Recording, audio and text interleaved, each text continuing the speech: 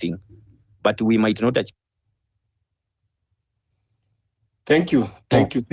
Thank you so much, Escowino. As I put it on earlier in his space, Escowino is a Kenyan na ako na his right of opinion. Umesikia amesema amekuwa mashinani, that is a challenge. Wewe pia kuja utuambie wewe mashinani mahali umekweko watu wanasema nini. Escowino amezunguka 5 counties na akafanya analysis yake. I know many people sometimes wanambash Escowino kwamba ana discourage the movement, lakini Escowino amekuwa kwa hii movement for a very long time, na that is why watu tuko naye kwa hii spaces. I think yeye anaongea based on the reality ambayo anasema amekutana on the ground, but that does not mean kwamba mahali amezunguka ndio kila kitu ambao Kenya inasema. Maybe ameenda akapata watu of the like minded. So what do you say? Give us also the facts on the ground. Watu ambao umeongea nao. This is nataka tuelewe. Escowino akona very right ya kutoa opinion yake based on ile research amefanya. Wewe pia umezunguka, umetembea, umekutana na watu wengine of your like minded. Let's discuss so that we can have. Escowino is not advocating for William Ruto to be in power, lakini yeye anajaribu kusema kwamba let's be on the realistic side. Which one is working for us? So kila mtu, that is why we are having this conversation. So that's why I want to understand so that we cannot end up bashing each other, you know, because hata Escowino, I'm sure easier also to learn which one can work. Tukimwambia Escowino leo kwamba tumepata njia ya kufanya, I'm sure kwamba atatu support. You know, I mean, hata iba na support, that is why. In fact, Fabish mkipata njia kutoa Ruto tomorrow, not at yesterday, I'm all in. Thank you. So let's give input. Usione kuwa ati no one is distracting. We know, tunajua watu ambao tuko pamoja. So ukiona nikipatia mtu platform, mjue huyo mtu wako pamoja na sisi. Just only that sometimes we should not go by euphoria. Sometimes let's have even the devil's advocate or let's play the devil's advocate so that we can know how to tackle the issue. Saviors, can you hold your thought? Wacha tuende kwa Rasji. Ngoja kidogo. Ngoja kidogo before Rasji akuje. I just want to tell Kowino that what he just said is exactly what we are saying, but from a different perspective. So I hope he now understands that we are not advocating, you know, that claim they have been giving to we in diaspora that, oh, you guys have not been on the ground. We know that. But every revolution is not fought only from one wing. There's usually a diaspora wing, there's usually a local wing, there's usually an international wing. That's all I wanted to chime in. And we are in agreement with Kowino, giving us what's going on the ground. And that's the way to go. Thank you. Thank you. Yeah. Rasji, then we go to Redemptor, and then Mr. Mwangi. Huku hata co-host haongei. Co-host. Basi, tafadhali. Ngoja tafadhali musifanye my deputy can impeach. Co-host, go, then alafu you will share the mic, kindly. Not impeached right on my face. Anyway, I'm joking. Nimalize juu mimi yangu ni counter ya Kowino kidogo tu, wewe na Wanjiru. Kidogo na sijata me, I had a counter on Kowino, not a really a counter, but I wanted to literally tell him yenye amesema it's so true. Yenye amesema it's so true. Yeah, it's kurudi kwa Wanjiru. Aya, basi ende ina shida. Bora sije. Okay. Now, I know Wanjiru has not spoken, so I want you to, once you counter what Kowino was saying, you submit. But you know me, I had spoken earlier, and this is just an observation. Kuna kitu, and I like speaking it mapema, kuna kitu, and I think it's also sometimes back kama Fabish unaweza kumbuka nilisema kwanza ako ka kitu najua katakuwa kachungu, but wacha nikaseme kama second, but wacha nianze na hii ya Kowino ya kutakia heri njema Raila Odinga kule AU. Mimi sitamtakia Raila Odinga mema kwa sasa, and there is a reason why I will not wish him good luck there, because I know Raila Odinga how he works. Once he loses that seat uko akirudi hapa Kenya, the immediate thing ataanza kufuruga hii serikali yenye yako. So let us pray to God, the God of heavens, Raila loses because this government has allocated Raila Odinga billions. I'm told it's 3 billion. That's why you see Raila is very comfortable and akimbia huku. They have done a shuttle diplomacy for him. They want him out of the political space. But I can guarantee you, if in the event Raila Amolo Odinga loses, he will bring fire and hell in this government, something we want. Yeah? So, wewe usiombe, I know Nyanza politics revolves around a personality like Raila Amolo Odinga. And that's why Raila Amolo Odinga, as Raila is busy campaigning huko, William Ruto is sponsoring people kule huko waone kama serikali yake ni mzuri. So let us pray. We don't know. There are things, kuna siasa zingine unaacha tu zinaenda tu. Unajua when your enemy thinks that he is very sharp. And let us avoid giving William Ruto some credit that he doesn't. It is money that is working for William Ruto. When he comes to the movement and buys some of us, it is money. It is not that he is good. Don't give William Ruto that whole credit. Yeye ni mzuri. Kuna vitu zenye wakina Itumbi ndio wanafanya hapa hivi. Those all things revolves about, it's just about strategy na pesa. Menela na ni ile pesa umeibiwa mimi na wewe. Ndio inanunua beautiful minds hapa hivi. If we have people who cannot be compromised and we go well on strategy, we will win. So William Ruto, to me and to my little history that I know, he's not the kind of person. Sasa ukianza kusema William Ruto ni mzuri, unajaribu kutuambia Oscar Sudi pia naye na strategy. Wakati Oscar Sudi anakuja anawaambia give us 2 weeks. And he does and executes that. That is being bright. No. What works for this government is the looting they have done. They are capable of buying good brains. And that's what they have done in ODM. So for me, every time I'll urge people, and I will speak to 3 communities, because this is where William Ruto has managed to do. And I want to remind my good people of Nyanza. My good people of Nyanza. I will take you a bit nyuma kidogo. Please. When General Ogola died, he did not die by accident. And as things are unfolding right now, they will tell you the answers and the truth the people of Nyanza wanted to know. So I want the good people of Nyanza, if you want to fight for good democracy in this country, you have been people who have been fighting. And I know where Savia was coming from. And that's why there are things William Ruto will avoid telling you. And for us, musiingie kwa ile debate yenye watu wanasema now, I had somebody say, no, we the Luos, we have been in the street, we have been calling out.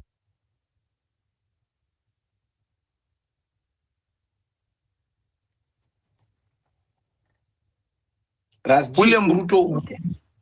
Yeah, we'll come. Wait, I finish.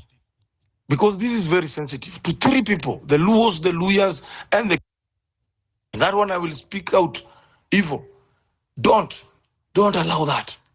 And I can guarantee you, even the Kalenjins, there are very many people in the Kalenjin nation that do not agree with this administration.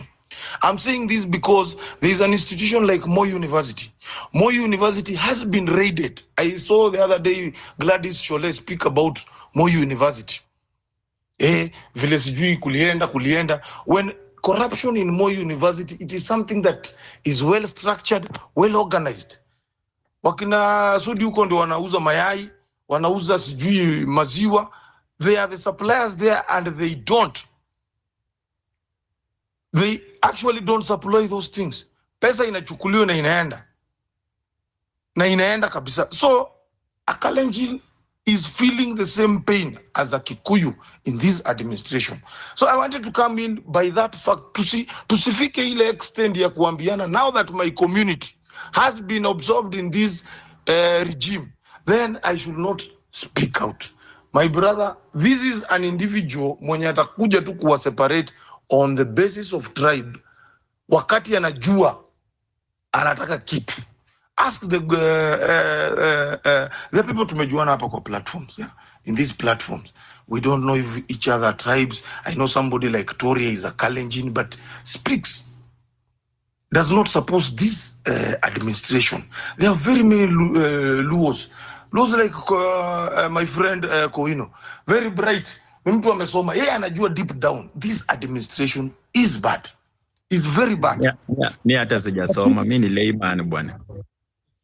Lakini huko mashinani sasa you should do something about those people.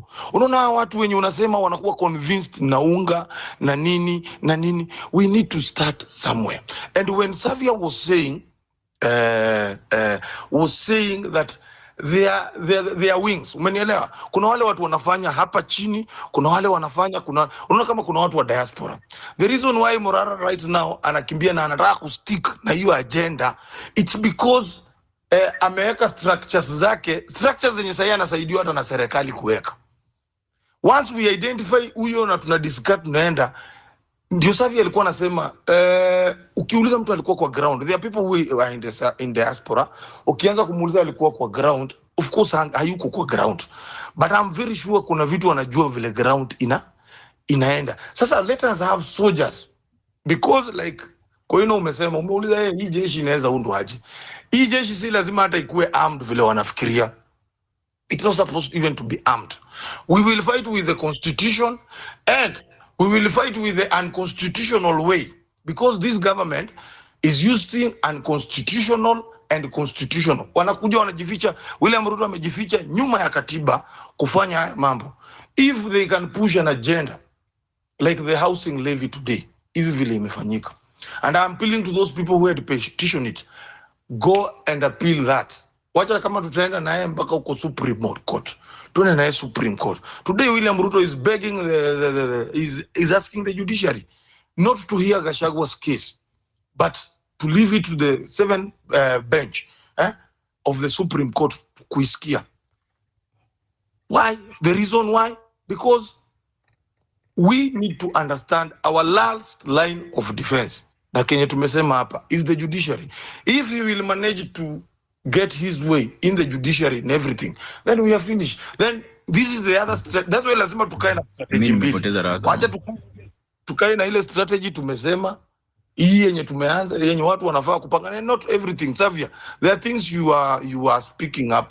Hata sisi hapa kuna group yenye Fabish yako naye huko na kuwaga huko kando. Hizo ni vitu za kuongea huko.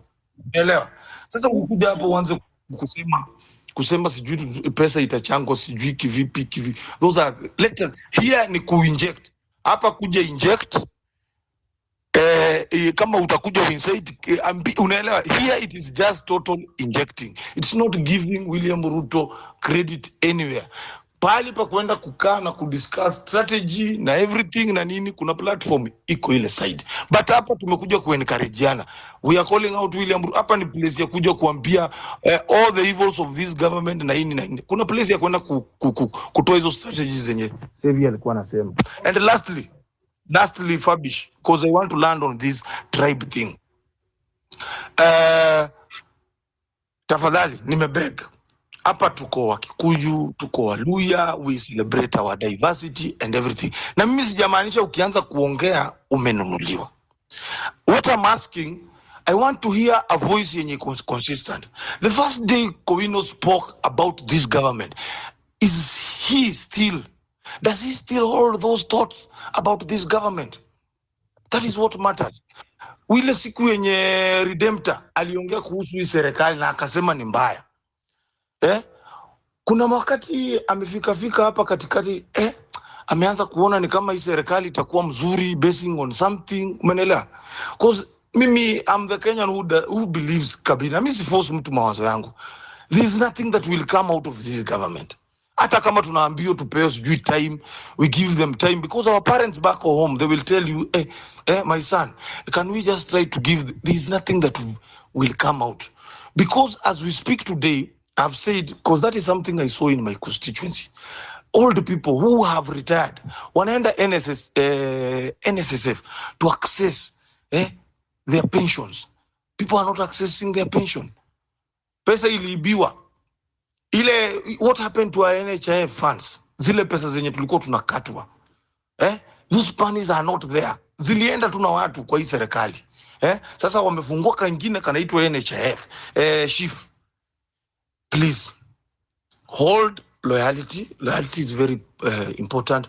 Principles are very important in fixing leadership, because what we are lacking people. The leadership crisis in Kenya is the one that today speaks this language when he's on the other side and speak the other language. And that's why I admire people like Mother Karua. If you hold a government accountable, it doesn't not matter. Karua amekuwa nje, wamekuwa kiingia, wanakuja, young people come to this politics, wanakuwa rich, wanapicha tu pale Karua, but Karua has not. Time has tested, imemtest, na ameprove she is unshakable. She cannot be compromised. When the opposition get compromised, inamuacha pale, she walks away and still maintains. And that's the decency we seek. I know it is very hard to achieve that in Kenya, but it is achievable. It is achievable by you encouraging and still continuing advocating for good governance. William Ruto has weakness that we can capitalize on, and the capitalizing on ni sisi kama wananchi wale wadogo wenye tuko hapa chini. Wakati unaona town mtu anachukuliwa kwa mabavu, anaingizwa kwa gari ambayo si ya serikali, gari ambayo iko na number plates za mtu wa kawaida. Why should you take a simu at you now? That is the fear that we have been sold hapa kwa ground. Chukua, it is time if we start engaging those people who are police. They are not even policemen. Like 5 Bishop have said huko nyuma. There are people who used to be in the force. They were dismissed. That is the group that this administration has brought in. Kwa sababu ni watu wana pesa, ni watu wakipewa na serikali to hand out to 5,000 nini gwenda abduct. Watafanya hiyo kazi. That is the unit that has been formed by this government. Those are the people that we have to start dealing with them. Those are abducting Kenyans on the street. Wakati wanashika hivi, let us preach this gospel to our people. Tusikubali mtu achukuliwe na mtu yote. The moment they go to that person, it is you involving yourself. Kama kuna police station town, let us accompany that person to the police station. Kama mko kweli mmekataa kujiidentify nyinyi si polisi, wacha sisi tupeleke mtu polisi tukiwa na nyinyi, na wakikataa chomeni. Manela, it is simply Last G. Yes. Bado sasa alisema na land 10 minutes ago. Nani anaongea? Last G umeinject, lakini hebu just hold that thought kwanza tusikia watu wengine sababu hewa itaisha. But yeah, thank you. Anyway, now we started the space literally. Karibu kila mtu. Waziro. Xavier. Waziro. Okay. Waziro. Yes. Like mtu akianza kuinject tafadhali acha kumkatishia tafadhali. Waziro. Like we want to hear the side, we are not here because of tuko hapa tu wote tusikizane. Okay, let's speak. Now can we okay. Let's have the quorum here. Yes. Sawa, lakini mtu anamaliza tafadhali. Okay, naelewa. Unaweza mute mic alafu niongee so that nieleze what is happening. Of course, I want everyone to speak and I want everyone to come here and pour their heart. But at the same time, we want as many voices as possible. Kuja pour your heart.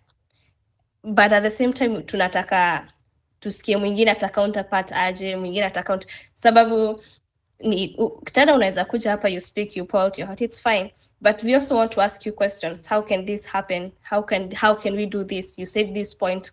Get it's at the same time it's a discussion. It's a brainstorming platform. It's not a platform yenye. It's about brainstorming. But how do we brainstorm if we can't allow ourselves to brainstorm this? Of course, I allow everyone to speak their heart, but we have to also brainstorm. Sababu Ruto is the common enemy here, you know.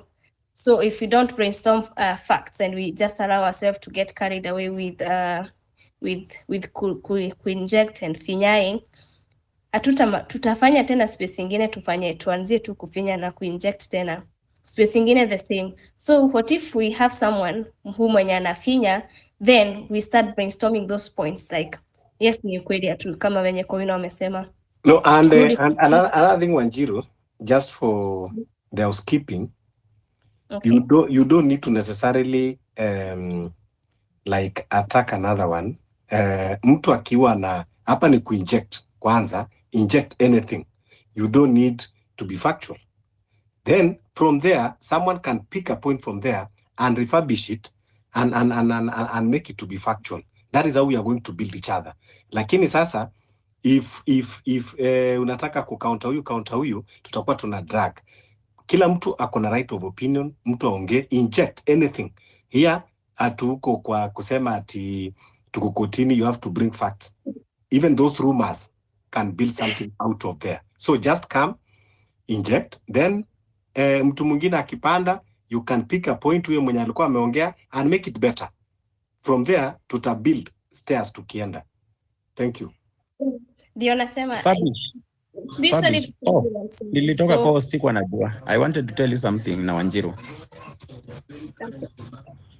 Yes, in the spirit of injecting, you all should know that sio lazima mtu akue ana agree na wewe ndio ikue ana inject. That is true. That is true.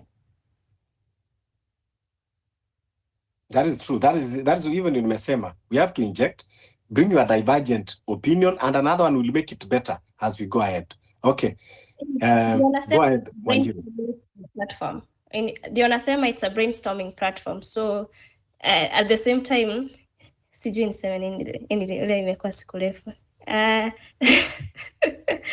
Anyway, yeah, who's that is up? Owala.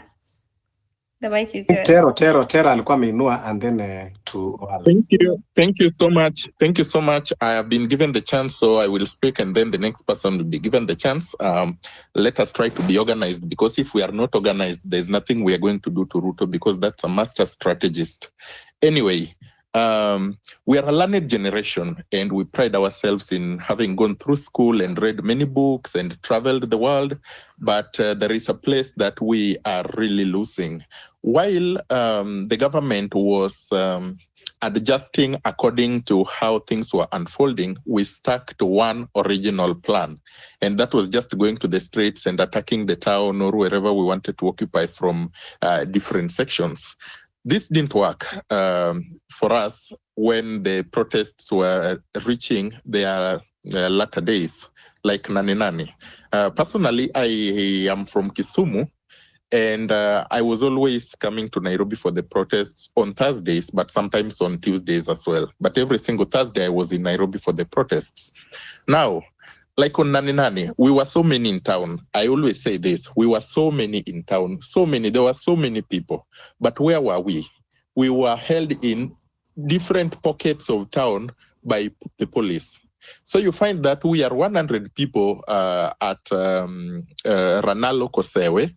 We are locked inside. We can't move out of the hotel because there are around 10, 20 police officers guarding that entrance. So the government adjusted and found a way to contain us. Now, these are the things that we should be really trying to study and see where we went wrong, so that if we go back to the streets, like I'm seeing 11th of November, we can actually succeed, because we will go out on the streets again, no problem. We will be many in town, no problem, but we will not be able to gather because the government has found a way to prevent us from collecting ourselves together. These are the things that we should really be talking about. Everybody knows the badness of the Ruto regime. Everybody knows the badness of Gachagua. Everybody knows the failures of this government. We know that everywhere is compromised, including parliament and the courts and every single place where we could go and get help.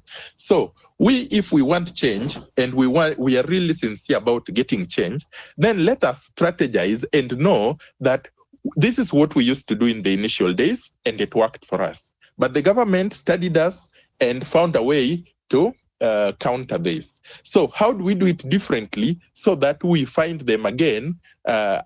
We find them in a way that we can actually do it. Because initially we had the element of surprise. Nobody expected that we were going to go out on the streets like we went. But then the element of surprise Already we've lost that. Everybody now knows that we can go to the streets anytime. So let us try and strategize if we want to go to the streets. Personally, even tomorrow I can go to the streets if people are going to come to the streets. But let us strategize and know that when we are going out to the streets, how are we going to get to the streets in a way that we are going to be able to be with each other? Remember, just on Sunday, we could not access Uhuru Park because the government knew we were going there. These are the things that we should be finding ways to do. And while we are doing that, I am requesting anybody who believes in Ruto Must Go that we continue to use the Ruto Must Go hashtag, because that keeping that hashtag alive really does a lot of harm even to Ruto's ego. So we really need to fight this war both mentally and physically. I will not speak much because there are a lot of speakers, but as we speak, we all know Chef is bad. We all know Adani is bad. We all know the housing levy is a scam. We all know all these things. What are we going to do about it? This should form the headline of whatever we are talking about. Otherwise, everybody will be coming here to say how Chef is going to be messing us up, how Adani is going to be taking our airport. Something that you people talk of civic education. I live in the village in Seme County, sub-county. Everybody in the village here knows all these things we are talking about. There's no more civic education needed. We are all, everybody knows. Go home. Those villages belong to us. It's not like aliens live in those villages. Go home and ask them, do they know about Adani? They all know about Adani. So this thing of some people trying to keep us that we still first need to do civic education, this is nonsense. Everybody knows how bad this regime is, including a child who was born yesterday. So this thing of civic education, there's nothing we are doing. We are simply buying time for this government to continue fucking us up. So let us strategize on what we are going to do, how we are going to act to this, because any other thing is just a scam. Otherwise, thank you very much. Thank you, Owala. What's next? The last boy, last scene, terrorist. Oh, give me like 5 minutes and then I'll talk. Sawa. So you can raise your hand after you can speak. We have Anti-Redemptor. Karibu. I wanted Job Okeyo to go first. Job I Okeyo can see his hapo. hand. Ameinua mkono. Then I can talk. But there's Okay. even room before. Okay, thank you. As the host, I want to thank you for this quite good moment. And I also just want to echo the point that the Esco said and Rasji, that saying hashtag Ruto must go, it should not just be a word. It should stick in our hearts. When we are being convinced that Adani and other points are good, let us not be convinced with these people that these things are good. The people in the village does not even know this, just they like the other speakers speaking this, has said this, that when we say hashtag Ruto must go, we should mean it. It means a lot when we say this, it means a lot to us because we all know the secrets of these people. These are liars. I don't know how I can call them. These are people that I don't know how I can mention, but these are people that are misleading Kenyans. They are stealing our money.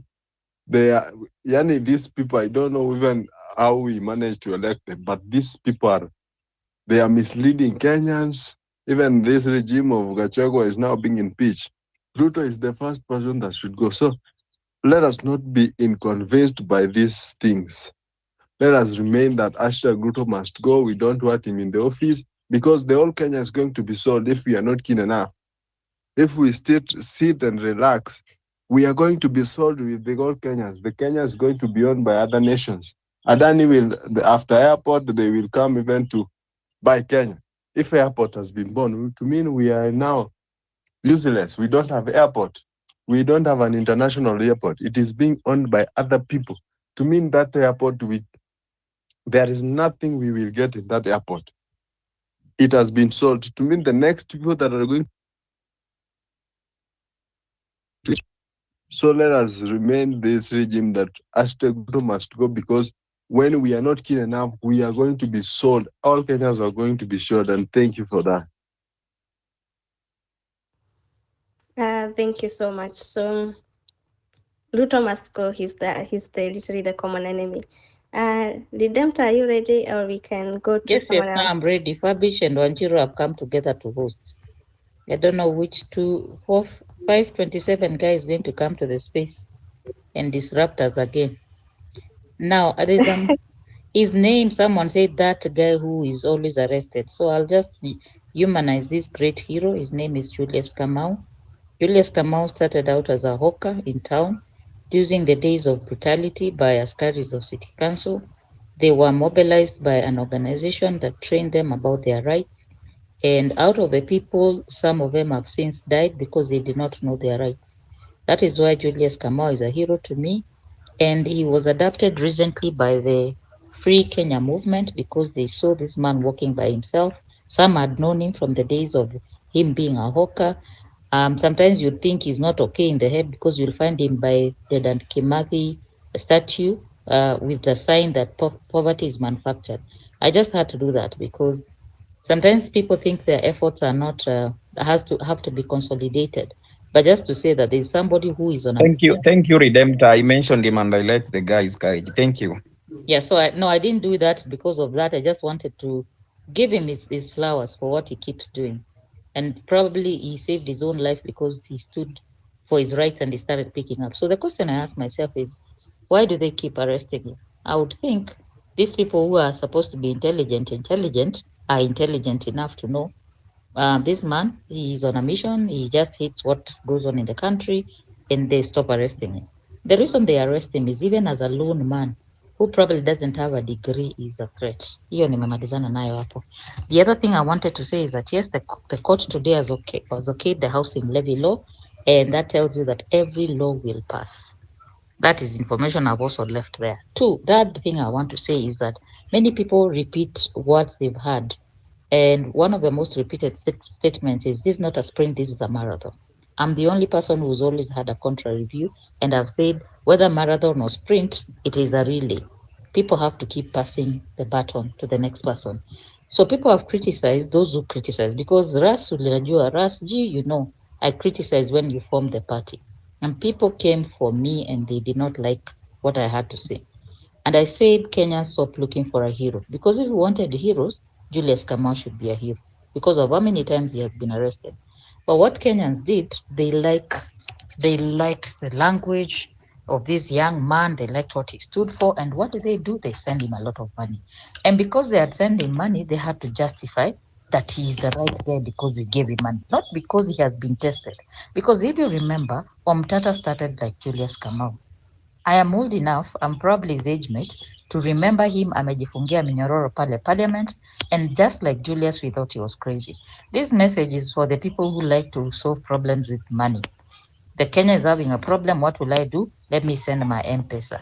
Please hold on to your money tightly and find the right time to use the money. Because what ends up doing is you shower one person with money because you believe in them, and you tell us, mnasikia wivu, we have to see what you're doing so that we can reward you. Have you rewarded Julius Kamau? So back to the drawing board. I hear people who come here very militant and say we will go, we'll go. And I'll tell you, this is speculation, but I think there's a trick that is being used. There's a pecking order. Protest. How do we manage protest? I was in town on Sunday. Kenyans are looking for an authentic voice, and then they will come in the streets in their thousands. So what I can tell you for free, they've not had any authentic voice yet. During June, those were authentic voices. Whether it was not an individual, it was a collective voice, clarion call, let us go. So I think what has happened, for me, I'll play the devil's advocate. It seems to be so scripted. Just get one guy, say we are going to Narok, another guy say we are going to Urupak, then we go and test to see the ground. So what do? They go into town and they see, they look, the people come. People came. So what do? Let's arrest the ringleaders, lock them up, and that day goes like that. I can tell you for free, people came for the memorial. The memorial was supposed to be a straightforward, dressed in black, candle, carry your candle. I interviewed people who are dressed in black. So for now, I would say, and I say this, and people say nauza woga, protest until the person calling for protest is genuine. Genuine. And I'm not saying people are not genuine. I'm just saying there's a lot of scripted things going on. That yes, the Awalo, I know, I was there nane. Tear gas ilikuwa inarushiwa watu wawili watatu. All the gates to the city were locked. There was more military. Kenya looked like a police state on that day on every corner. I'm saying to say this, that our pulling of ideas to come and vent on this one to be listened to by the government has a purpose. One, we vent, we release our stress. But for those who are listening from outside the country and they want to help their country, don't judge books by their cover. Next time, it is not a marathon. It's what is it called? I've forgotten the word again. It's passing the baton. And lastly, we were tribeless. They were tribeless, the young people, because we are just following them and we encourage them. Why did they stop being tribeless? People who are sympathizers of tribal alliances don't even know they are. They don't even realize they are. As soon as Raila changed tone, I was in groups with the educated people and intellectuals. And I was the one who kept saying, this person has finished their part in this country, in democracy. This movement now belongs to the young people. And people were so biased and they beat me up and they attacked me for my sake. If you belong to these tribes, let me be tribal. If you are a Kikuyu, if you are a Luo, if you are a Kamba, if you are Luya, we are the problem of this country. And if you are a Kalenji, I'm saying we are the problem. And so, in as much as munasema ati civic education haijaisha, that is where it begins. Civic education goes back because we will not disown our tribes, but we will know how our tribes people think and how they are used. Luyas and Kambas yao ndi kujaza debe. So right now they are the swing votes. Even now they are the swing votes. The Kikuyus are throwing for us sympathy. Feel sorry for us. See why they are attacking us. The balkanization of we are the people who are the Mau, we are what? If you're a Kikuyu, kazi kwako. How do you talk to your people and say, young people did not die so that I can say the history of how I fought for freedom? If you're a Kamba, you've seen them. I'm not even understanding what game they are playing. They are playing the Gashagwa, Maja, then they will come and look for votes. So civic education bado iko. And for the people outside the country who don't know who to trust, first of all, when you give money for civic education because you liked the diaries, the vampire diaries, did you give money for the wounded warriors? Did you give money to Joshua who had been abducted and thrown in Maragua River? Why didn't the person who was in charge of him make that call? So, in as much as you're giving money because you like what a project looks like, giving money to the wounded warriors must be a priority. Must be a priority. Even to Julius Kamau, who you do not know. So tuko na kibarua, SK Owino, I've heard you about mashinani. That has been my message. We have to work from bottom up in terms of the problem is parliament. We can vote them out and then we bring other crooks who again will be bought. So to encourage you that we are here to vent and thank you that you're not recording this space so that we say what we are feeling. It is not a marathon, it's not a sprint, it is a relay. Kama wale walikuwa wa inject party, mumefikisha yenu safari mahali mlikuwa mmefikisha, wait for the next person. The day, I repeat, the day an authentic voice will call people to the streets, they will just know. The day these comedians decide to play comedy, because I feel sorry for all the young people who paid bus fare to come to town on Sunday. What happened there? What really happened there? Something was scripted, and I am going to say this at the risk of looking like I am anti-something. I've said my children were in the streets. Walipigana masimu, walituomba fare, walitengeneza their own banners, they came to town. That day is coming again. Let's stop these four starts of come on this date, come on this date. 8 people came. The system has decided we can deal with protesters using violence. Ile tear gas inamwagwa. Hiyo ni sumu wanatuwekea. But siku ya kukula sumu ikifika, itakuwa gen zote. Tutakula sisi wote. There's a day I met, my last story. There's a day I met before Nane, actually on 7th of Nane. I was at Kenyatta Hospital grounds and I saw wardens who had brought a prisoner to hospital, very young people. And they started complaining about Kesho. Najua siku ya Githurai ilifanyika, mimi niliumia, mimi nitaambia afande asinitume. So I looked at them, they were in their 20s, they were Gen Zs. So nikauliza, so nyinyi ndio mnatumwa kesho mkuja kukimbizana na watoto wetu. So I told them, kesho mwambie wakubwa wenu sisi ndio tunakuja kwa streets. Wakuje tukimbizane. Sisi wote tukiwa breathless, fat people who can't run. Don't send these young people again to hurt the other young people. So in summary, the day will come for protest. I just feel like right now people are taking advantage. And again, all those people who send money for Vampire Diaries and the Inject Party and nice t-shirts were made. You did well. I want to thank you for that. But I think that hiyo gari, hiyo basi kwanza ifungwe, isimamishwe parking, ifanyiwe service before iende tena. This belongs to every Kenyan in their little corner, even the dull. Listen to the dull, they too have their story. Listen to the dull, they are known like the Julius Kamaus. They too can save this country. They can be the ones, if Julius Kamau ever tells me to go to the streets, believe you me, I'll go. Because I'll know he means business. Lakini hizi zingine the lights, camera, action, let me speak in coded language, ama kukuja hapa kwa group, kushout about 2020 tufanye. It was there in June. Right now, strategy will not be done online. Anybody who's coming and say, we'll be militant, we'll be this, we don't want our children to be killed because you are giving us false courage. Am I making sense? Thank you. Kindly land. Nimeland. Nikieka sana Wakamba wanasema moyo waingevo tuikatiki. Too much of everything is poisonous. Is poisonous, that is true.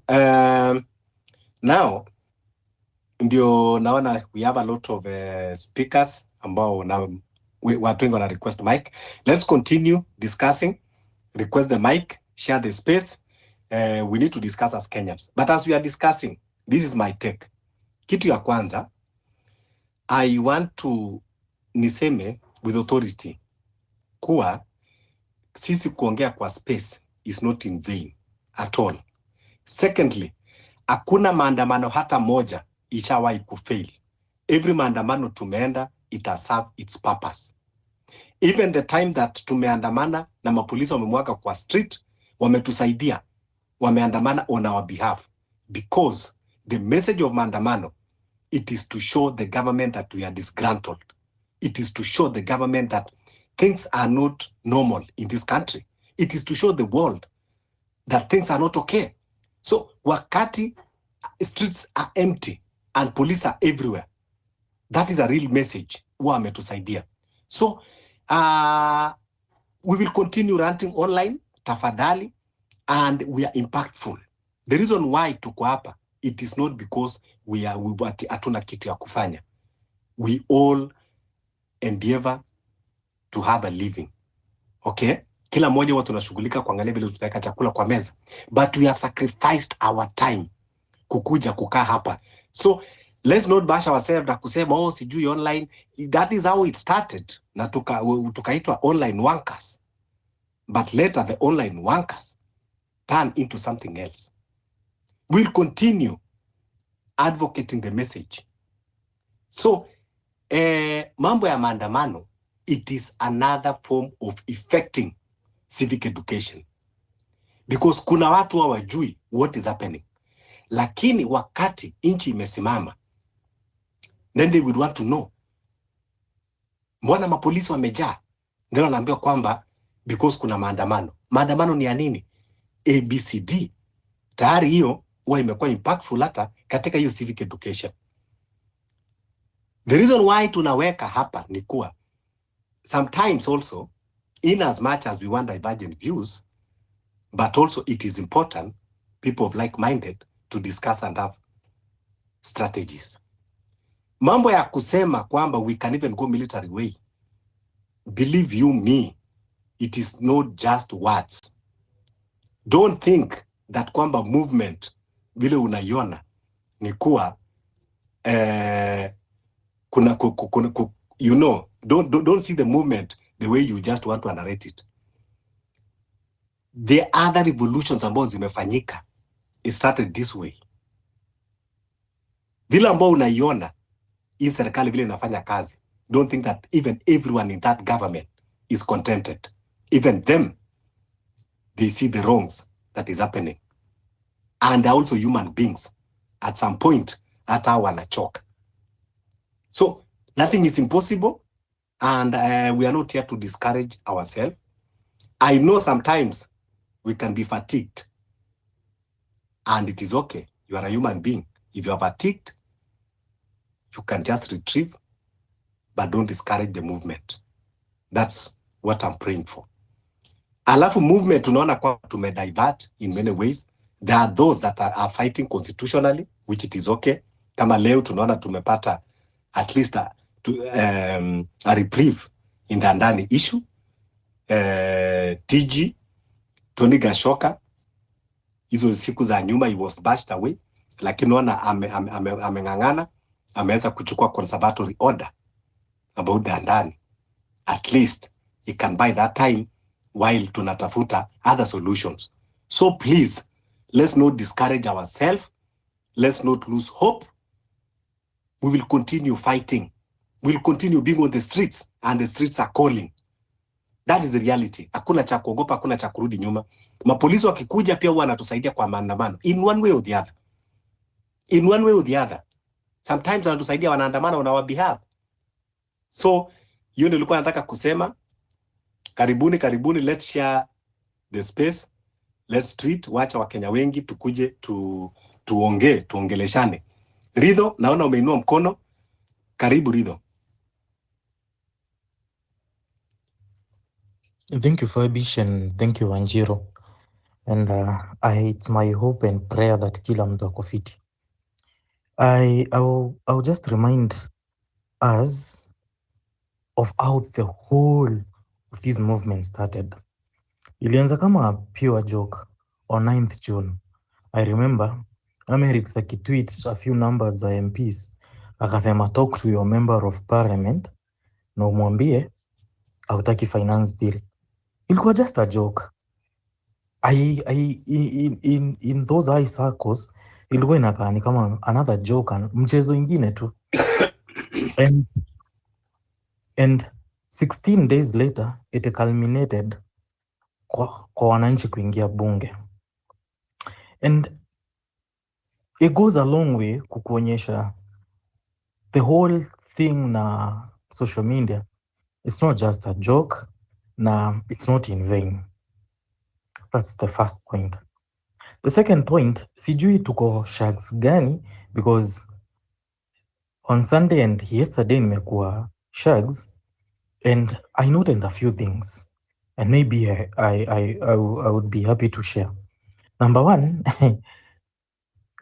I happened kumit mpaka na Makanga, and they are there wanakuuliza, by the way, history ya ndani inaendaje after wamechukua JKIA, what's next? Is it Kenya Ports ndo watachukua next, ama wataanza hizi taarifa zilikuwa zinaambiwa zitaekwa kwa barabara? It's all about the Adani. People are aware. People knows exactly what is happening in this country. Ara mwenyako shags huko ndani. If you want to know how much people have been informed kwa hizi villages zetu, check out the reaction when Kithure Kindiki was rendered out ama was approved by the National Assembly as the DP designate. Did you see celebrations in Mount Kenya East? How many uliona kamera zikimulika watu wangapi wakicelebrate? Because people don't watu mpaka huko shags ndani, mtu wetu syndrome pole inapona. Yes, we are not there yet, but it's a process. I love the presentation by Redemptor, who has told us that this is not a sprint and it's not a marathon. Ni really. So ukiserve purpose, it's okay kusema the season hii imeisha na imeenda. Let's focus on another season. It's okay kusema the reason is over. Let's focus on another reason. I would divulge so much about how the seasons zenye tumepitia and what purposes zimeserve, because iko in public domain, and each one of us who are members of this movement knows what each season na reason imeserve kutufikisha mahali tuko. But I feel like we are in that moment of time where you are either right or wrong. Hakuna story ati wewe ni Mkiuku, wewe ni Jaluo, wewe ni Kale. No. Sahi the divide iko so loud that you are either wrong or right. Hakuna anywhere hapo katikati. And why am I saying so? It can't be that the government was bad when it was attacking people in Nyarenda, and Mount Kenya was supporting the government at that time. But now when imegeuziwa pande yao, now the government is bad for Mount Kenya and good for the lake people. No, it's either you stand with it and say ilikuwa wrong when it attacked people in Nyarenda. It was wrong when Bibi Pendo walikuwa wanauawa hata 2017 after the elections. It was wrong when people in Kibra walikuwa wanaatakiwa usiku. It was wrong when people were being attacked in Githurai 45, and it's still doing and perpetuating hizo evilness mpaka sahi. It can't be anything in between. Haiwezi kuwa sasa imekuwa mzuri kwa watu wa lake na sasa ni mbaya kwa watu wa mlima. No, we have to make a decision ya kukua either right ama wrong. And I love venye Redemptor ameiput, ni genuinity ndo haijaonekana in people.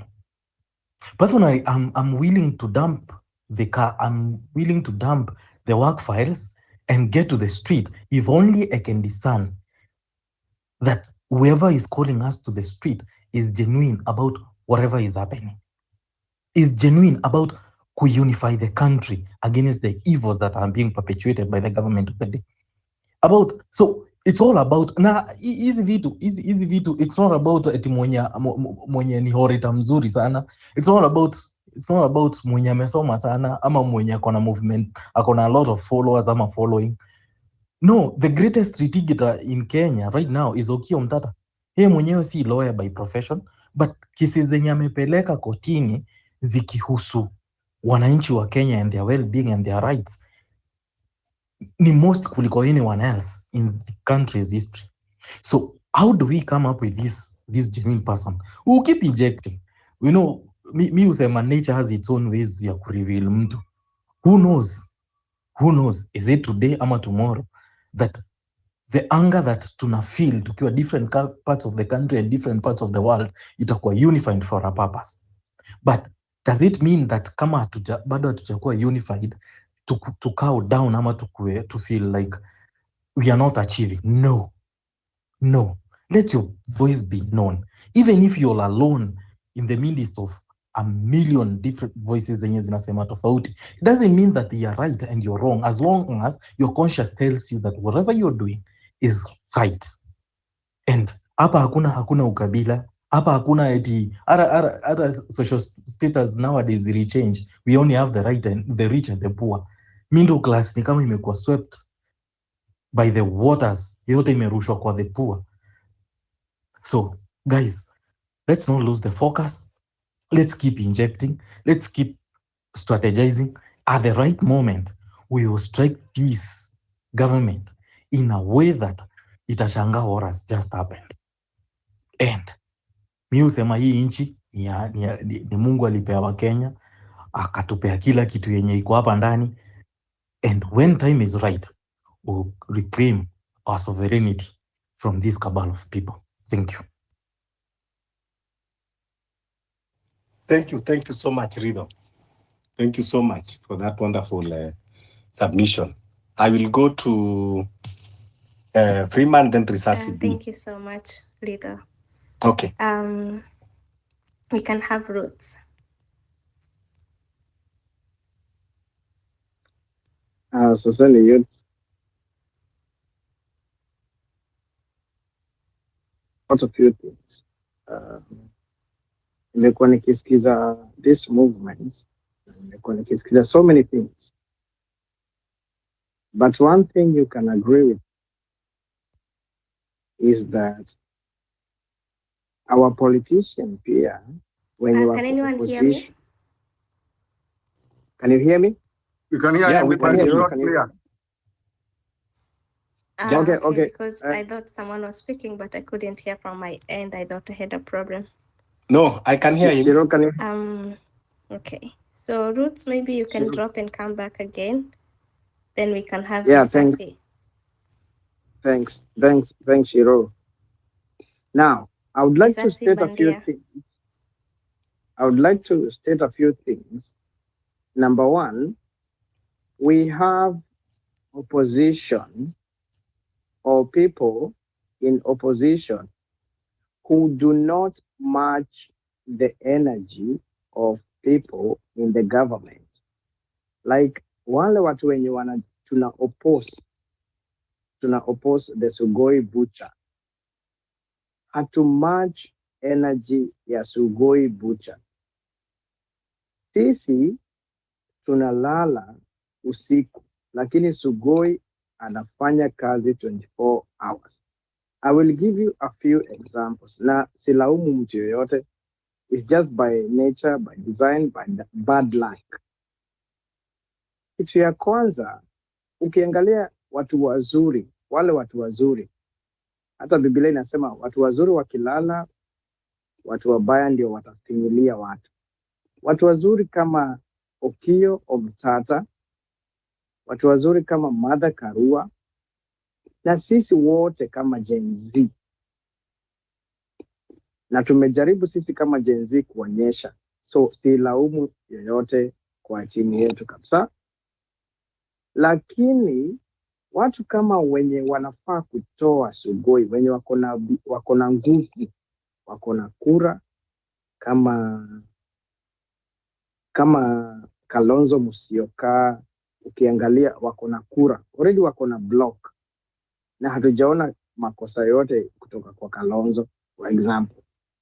Just an example. Yeye ako na kura kwa block. Haya. Upande mwingine, watu kama kina Jimmy Wanjigi wako na pesa na wako na knowledge ya kubadilisha nchi yetu.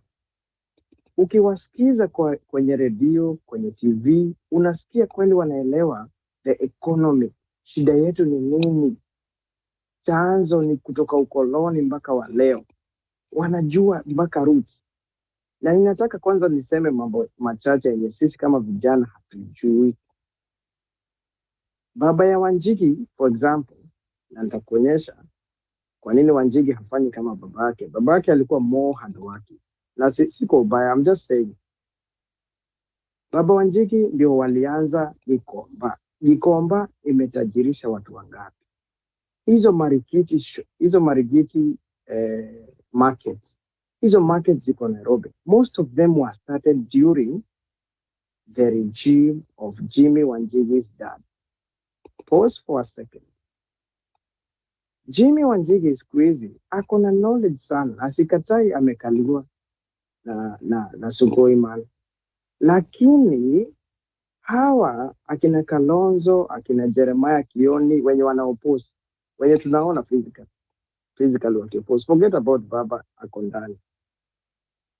Hawa wenye wanamuoppose together with us Gen Z na wengine, sisi kazi yetu ni press conference. Na I'm very sorry kwa sababu mimi sisemi niko in a position to change their lives, to change their strategy. Lakini they are always on press conference. Hiyo inafurahisha Sugoi man. Kwa nini? Wakati mtaona hizi makesi za Gachagua zimeisha, na ukiangalia kotini leo, kesi ya Gachagua inaenda kukuwa thrown out. I'm just suggesting, and I'm sorry to say so. Yeye na wenzake wasipojipanga, kwa manake wanakura. Wacha niwaambie, ukitaka mtu wa kutoa mtu kama mtu wa kukupigania, lazima akuwe na nguvu. Gachagua atakuwa na Wakikuyu kiasi 90% and above. Na sisemi ukabila. Kalonzo akikuja na watu wake, na wale wengine wakuje na watu wao, na Jimmy Wanjigi looks more national leader than all of them. Wote tukiungana nao na tuungane na Gen Z, mission number 1 ni kutoa mtu wa Sugoi. Now, I'm going to my second point. Imesema ya kwanza, we are very lazy as our side who is opposing Sugoi man, including the opposition. My second, wacha nimalize point yangu. Kindly, one minute, 1 second.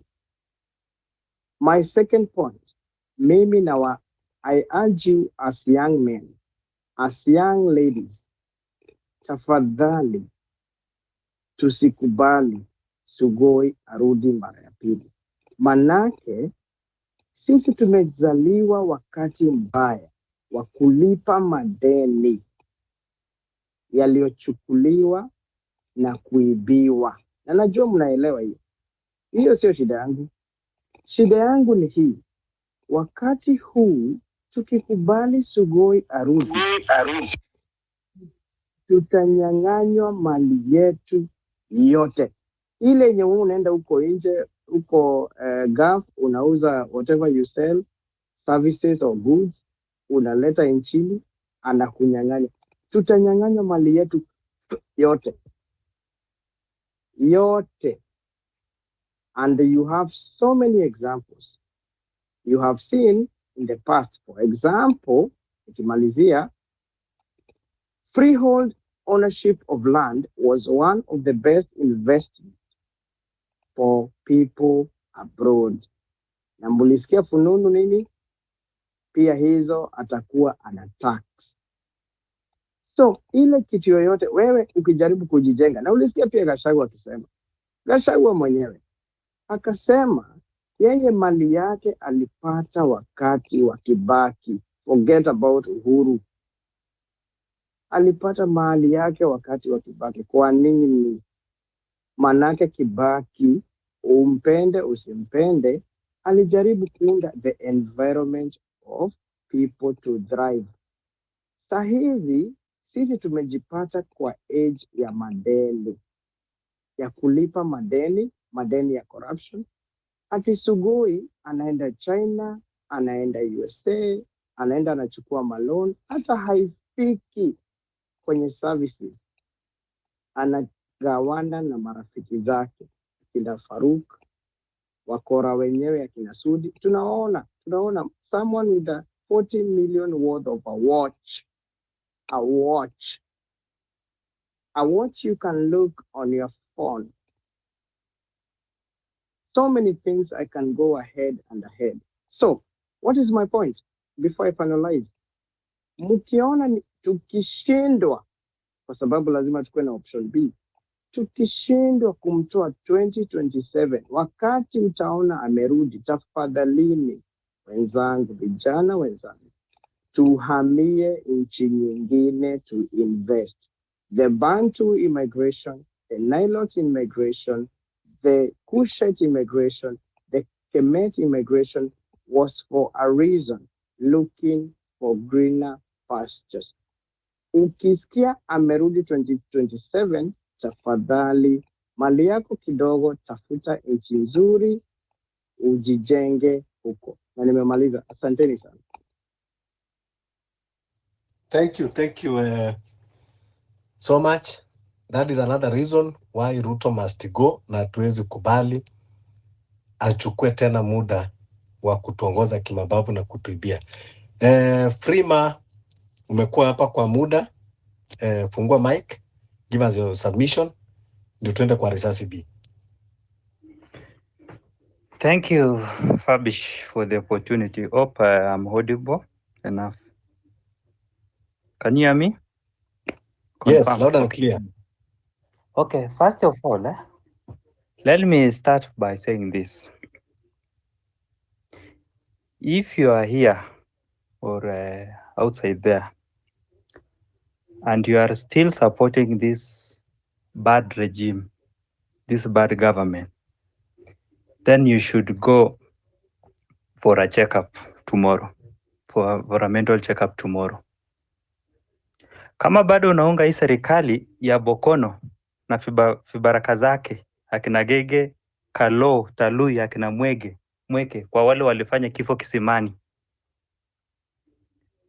uko na shida akilini mwako.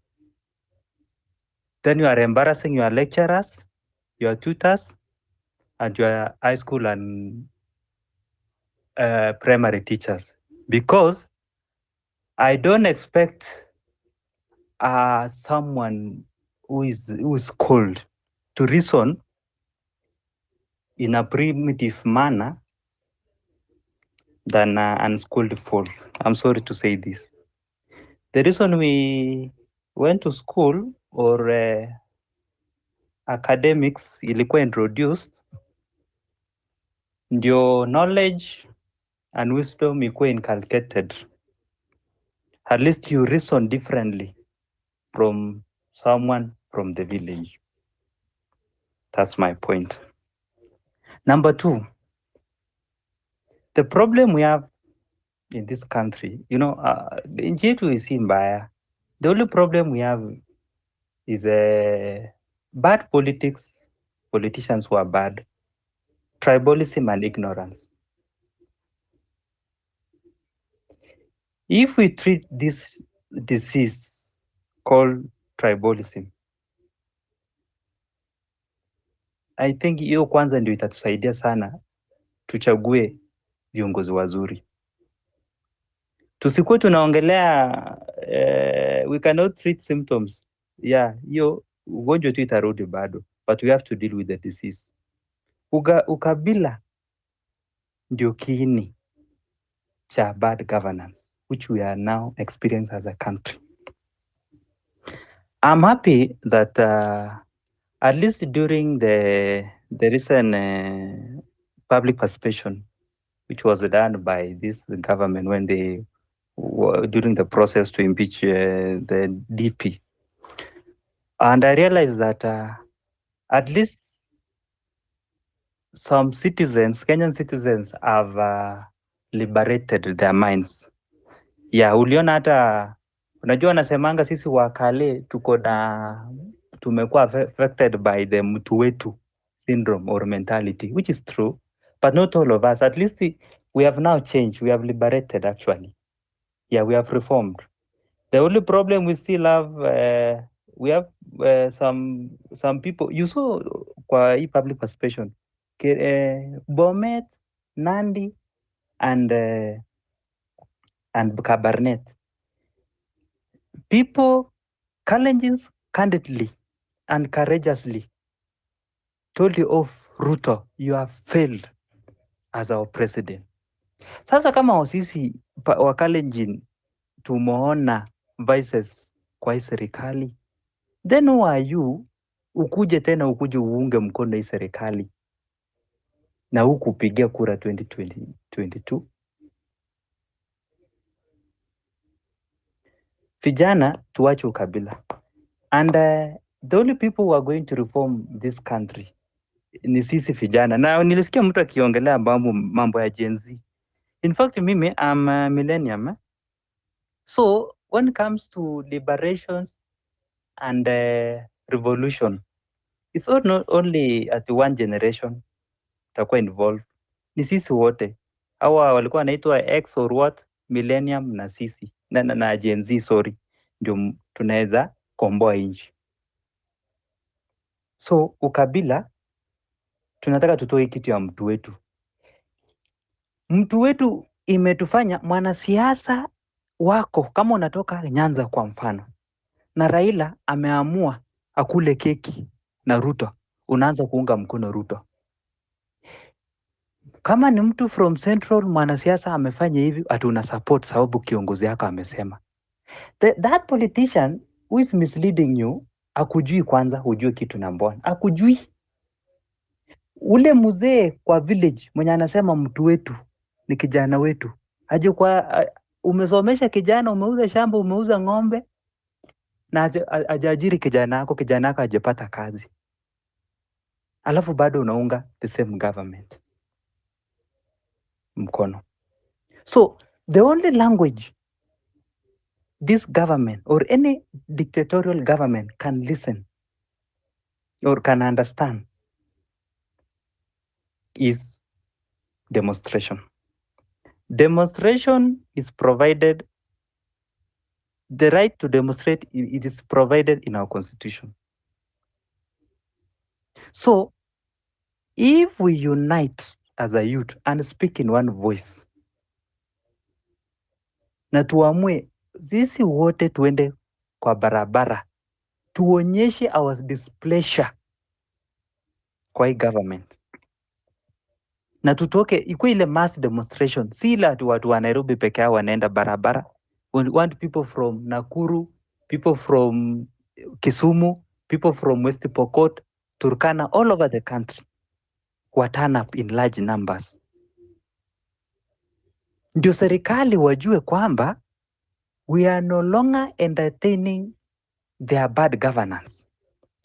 Ruto, from hiyo mwezi wa 6 vile hii maneno ilianza, hata Apex Space ilikuwa mzuri,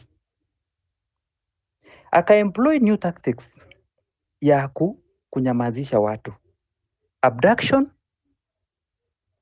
unakuwa harass, unakuwa silence, wengine walikuwa butchered, wakauawa. Ndio maana watu wakakuwa waoga na ikasambaratika hivyo. So mpaka tu tunaongelea kwamba what are we going to do, what is the way forward. But sasa we have to walk the talk. Tutashinda hapa tukizungumza, tutasema maandamano ni tarehe 10, tarehe 20, tarehe ngapi, mwezi wangapi, lakini nataka tutekeleze haya na tukue ile to unify na to speak in one voice. Kitu ingine nikimalizia, Fabish, kuna jamaa anaitwa Ras G, yeah, if I can remember. Kuna kitu alisema na ni mzuri. Kuna hii mambo na police arrest inafanywa, watu wanakuwa arrested by those Subaru guys who are DCI officers, and I hope if you are a DCI officer here, if you are one of them, I'm saying I want to tell you, shame on you, shame on you. Unatumiwa na serikali uende uarrest mtoto ya mtu anapatikana kwa kwari, kwa dam. Kama ingekuwa mtoto wako amefanyiwa hivyo mwewe, na huyo mtoto alikuwa ana exercise his or her democratic right, shame on you. Jua unalipwa kwa taxpayers money. So I was saying this on police arrest. Wakati hao polisi wanakuja na Subaru, wanakuja kuarrest mtu kwa barabara, na unapata wajamaa wa bodaboda, wana biashara, wanaona tu mtu akiarestiwa. Mbona nyinyi msijitokeze na mcounter those police officers? Mwambie, why are you arresting this guy? Can you introduce yourself before you arrest? Ndio mtu akuwa arrested in the first place. Lazima kukuwe na arrest, ile code order ama ile barua. Kama mtu amekuwa summoned na hajaenda, sasa anaweza kuwa arrested because obey that summon. Lakini mtu anakuja kushikwa, mnaona tu akichukuliwa. Baada ya mwezi mmoja mnakuja hapo kujifanya mnaomboleza na kukwenda mazishi yake. Mostly Kenya ukikuwa abducted, yeah, it is sad reality. Kuna high possibility upatikane tu kwa mochari umekufa. So guys, members of the public, please, when police come na muona wanashika mtu na mnajua mtu huyu jamaa ametaka kushikwa, si jambazi, msijaribu. I experienced something 2 weeks ago in my neighborhood. Police officers came to arrest my neighbor na nilikataa.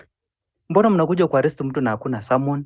Huyu jamaa hajafanya makosa. Wameenda tu kufabricate a case against him, charges against him, na anataka kuarrestiwa. Nilikataa. I obstructed. Na kushikwa, alikuwa amewekwa pingu lakini akaachiliwa. So we should act that way. So thanks Fabish, back over to you. Naweza pea watu wengine mic. Thank you. Thanks sana Freemark kwa your wonderful submission. And ile kitu nilikuwa nataka kushare ni hivi, tuko na a very reliable information from reliable source that the police of the Republic of Kenya, the NPS, the DCI of the Republic of Kenya, they are not abducting people, they are not kidnapping people. Ngoja nirudie. We have very reliable information from a reliable source that the police, our Kenyan police, from the NPS and from the DCI, they are not responsible for the kidnappings and abduction of the citizens. Sasa, the question is, nani wanafanya hiyo kazi? Ndio nataka muelewe. Ndio sababu tukisema kwamba you need to deal with those people, you understand. Let's stop lynching our police. Let's stop lynching them. The way watu nashangaa about abduction is the way pia wao wanashangaa. Pale State House kuna jamaa anaitwa Joseph Boynet. Joseph Boynet, he is former IG of police. Joseph Boynet wakati akiwa IG ndio mili zilikuwa zinapatikana Rivayala na many other places. Now Joseph Boynet alikuwa appointed State House ati sijui ya kuwa advisor on security matters. Joseph Boynet reconstitute a parallel police force ambao akachukua wale retired police officers, those who are dismissed, na other rogue police officers ambao walikuwa still very active, akaweka pamoja. It is a group only comprising of 50 men.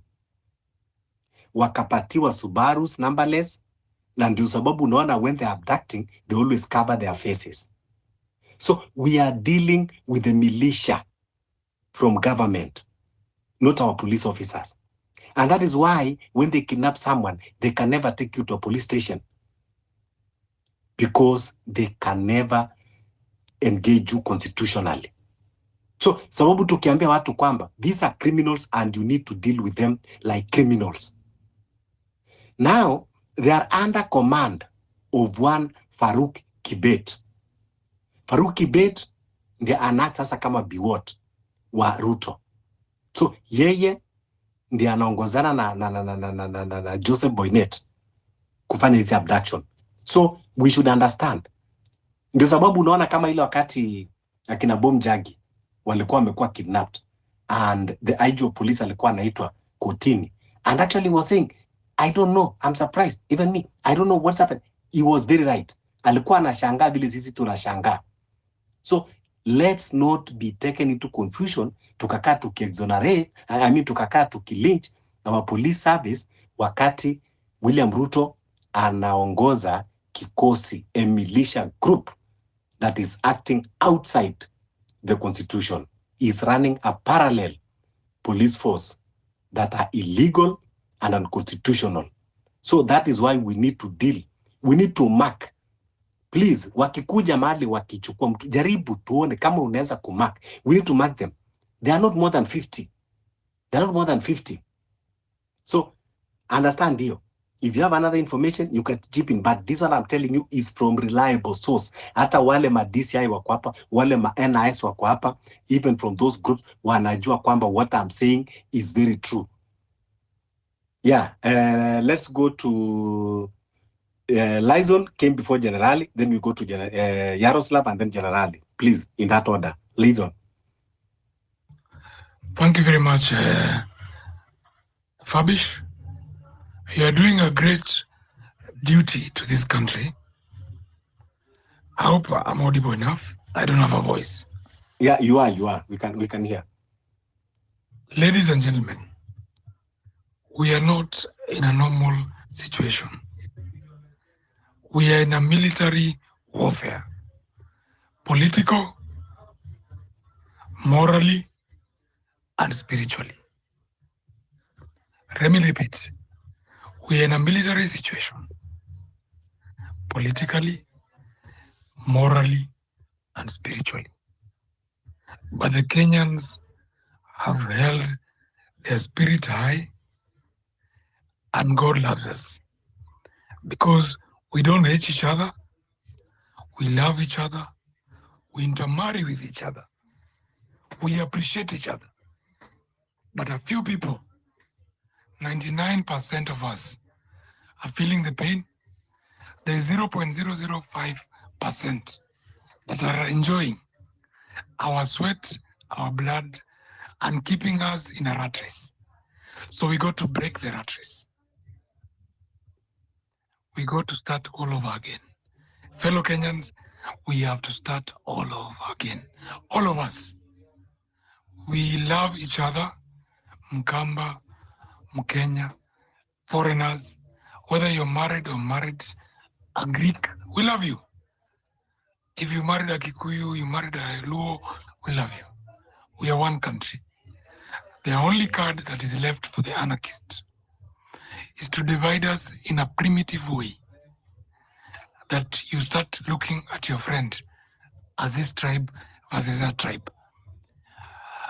How many Kenyans are in Fuliza? That is our party. Fuliza Party of Kenya, that's our party. How many Kenyans are listed in CRB? Because they tried to do a business, government came with new regulation, the bank collapsed, or something happened, and you found yourself on the auctioneer's list. That is our party. How many people don't have food in their table? Their children are going hungry. Those are our members. How many people don't have a house in Nairobi? You're paying for a house, yet it is your desire to have a house. Is having a house in Nairobi within your means? However hard you work, it's not possible. That's our party. How many people have their children out of school? Those are our party members. How many people are talking to the bazaars, negotiating for the school fees of the other term and other term, and for future terms to be waived or to be given more time to bring kidogo kidogo fees? Those are our members. How many papers, how many people within this WhatsApp group are being called to betray our other members and they're refusing? Those are our members. How many people are truly here to listen to what comrades are saying and report that information back to someone who's paying them a penny, yet they are on the V8, on the other choppers? Those are not our people. You're not our members. How many people are here to take notes and take it back to the regime that is oppressing us? You're not our member. How many people are here to listen and pretend they're with us, yet they know Excuse me bro, they're not please, with us? please. Excuse me bro, tafadhali. Whoever is speaking, tafadhali. Na tunataka solutions, Like usitumie wangepa kukufuliza. That is something we know. Everyone knows that. Please. Like unaweza tu jaribu. Kindly let's have decorum, Wacha mtu amalize submission and then utakuja kutoa. Who is that speaking? Prince Bahaya. That is not our member. Lyson, continue. Those are not our members. Anybody who beats anybody in this movement is not our member. Anybody who's doing anything is our member. We are not looking for heroes or models or populists or people who will become stars. We are looking for solutions. And thank you very much. I was landing on that. The solution are two: to remove Ruto.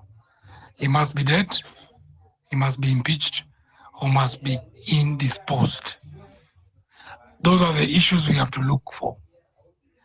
Dead, indisposed, or impeached. Those are the variables to remove a president out of power.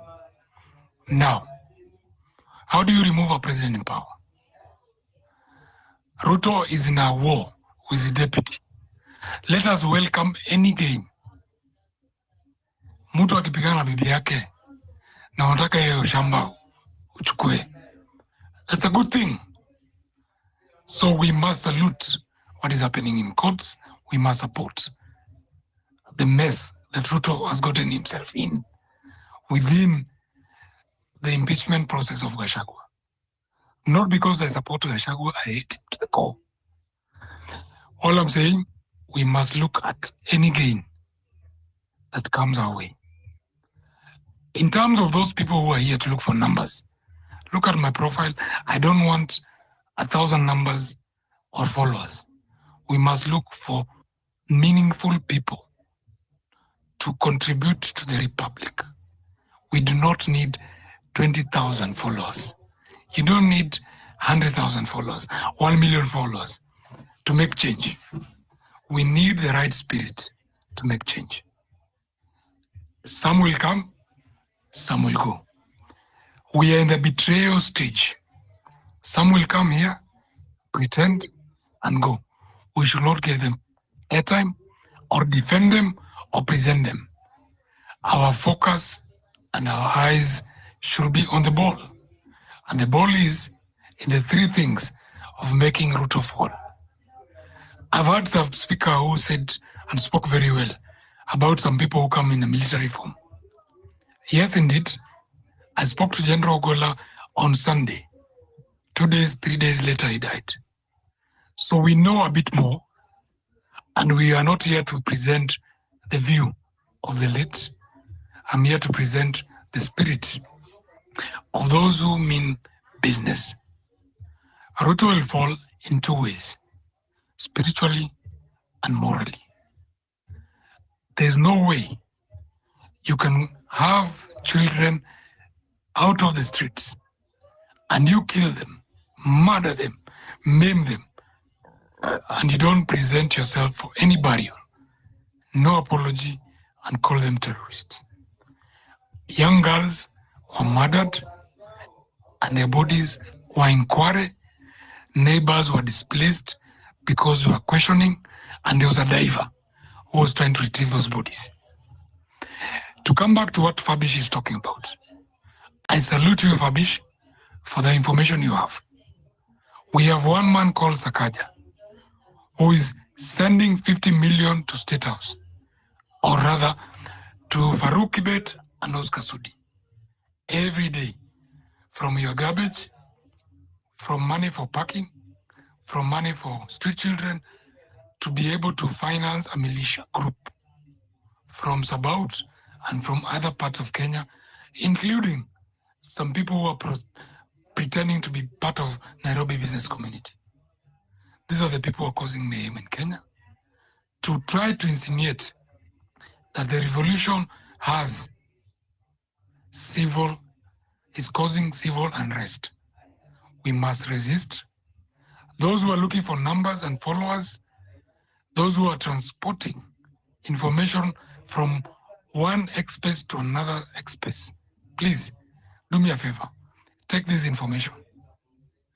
We have to deal with two crooks from Eldoret. Two Makangas of Eldoret have disorganized Makanga wote wa Nairobi, and they have taken charge of the country. Right now, what is happening in the Supreme Court is an illegitimacy. We don't know if the Chief Justice is safe, or she has been poisoned, or she's asleep. For her to convene a meeting on Saturday and Sunday, and to constitute as a bench on Sunday, to hear a case where the Deputy President is being impeached.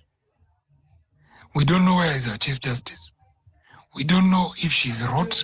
All they're saying is that the Deputy Chief Justice can constitute a bench.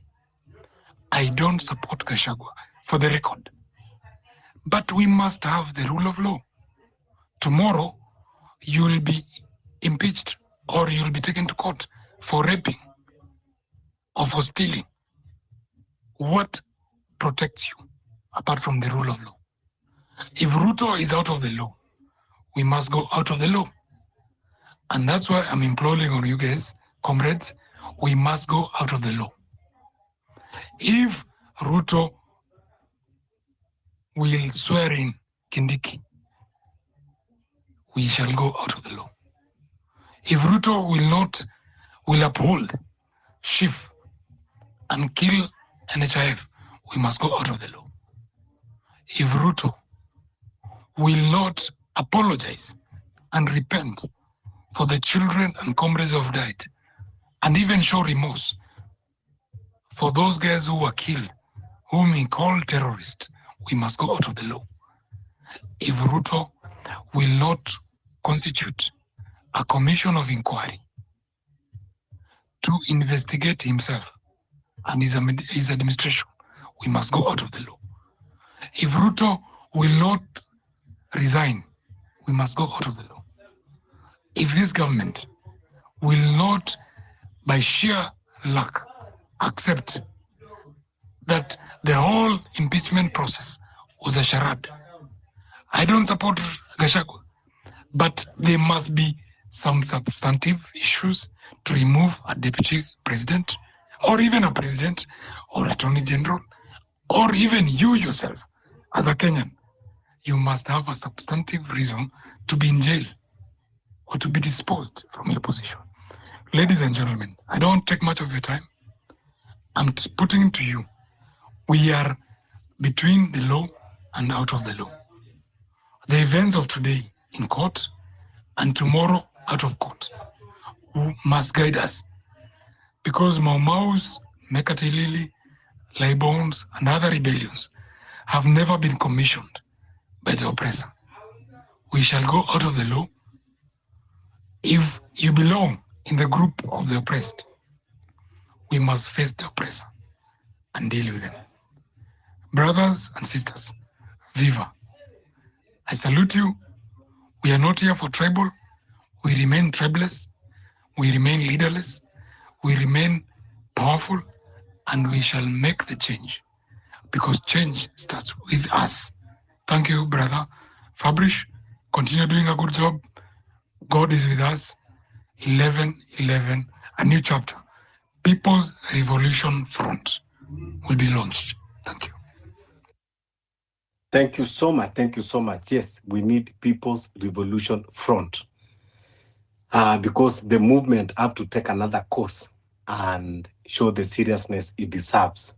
We cannot continue succumbing to the gimmicks and the games and the rhetorics, and movies, script written by Dennis Itumbi huko State House na kuja kuturusha kila wakati kututia uoga. Rasji, you had spoken earlier, maybe you need a rebuttal then because Risasi B have been here for quite some time, then we go to Mama. We need also to hear from the other side of the gender. Yeah, Risasi B. So thanks Fabish. I think nimerukwa mara mingi sana, but finally. Yeah, karibu. So nimesikia watu wakiongea been here for a while. Niliingia kama unafanya submission about Raila na AU. I will come to that, but I've got a lot of things to say. First thing first, you submitted here that National Police Service, we should not lynch them. That is something that we cannot take for granted. It is the National Police Service, it's their mandate to come out clearly na watuambie that those people who are abducting or arresting young people are not policemen. So we cannot take that burden from it. And this is the fundamental problem I always have with the people when you wanafanya activism, because they don't want to live, or Kenyans in general, they don't want to accept the consequences of their actions. People don't want to take responsibility, and that is why tunajipata situation all the responsibility. Yes, so if you vote Ruto 5 times and Ruto starts persecuting you, you should be ready to take that responsibility and make sure that next time we don't vote him again. Frema here gave a good example that why are we supporting Ruto right now? Mimi kama Mjaluo, I can tell you for free that I want Ruto to finish until 2027, so that our tese kabisa next time you vote clearly, knowing that there's consequences if you vote somebody. Because the first time you voted Ruto was 2013, together with Uhuru. 2017, you voted him twice. 2022, you can vote 10. Every time una vote, unapata like this guy is messing up with you, and then if somebody comes and saves you. That time opposition was vibrant. Now opposition is nowhere. Opposition is in bed with the government. Now it's upon you to kujitetea mwenyewe, and that is what should happen between now and 2027, so that ikifika 2027, we know that you have learned by not voting him again. If you vote him again, then be ready to face the consequences. That is the first thing. Secondly, we are talking about protest.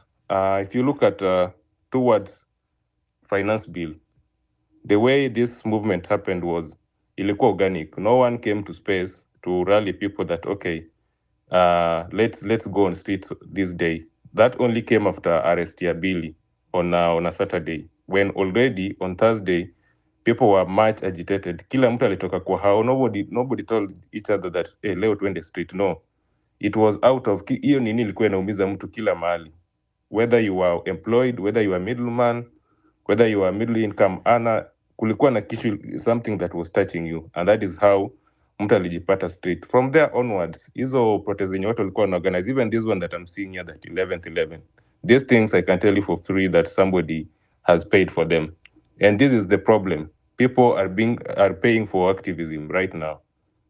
People are told to go for the streets. Streets inakupeleka like out of change, inakuumiza ndio inakupeleka streets, and that is how June 25th was successful, because kila mtu alikuwa anaenda huko juu ya hii finance bill ilikuwa inamfinya mahali. You didn't need to be told to go to the street.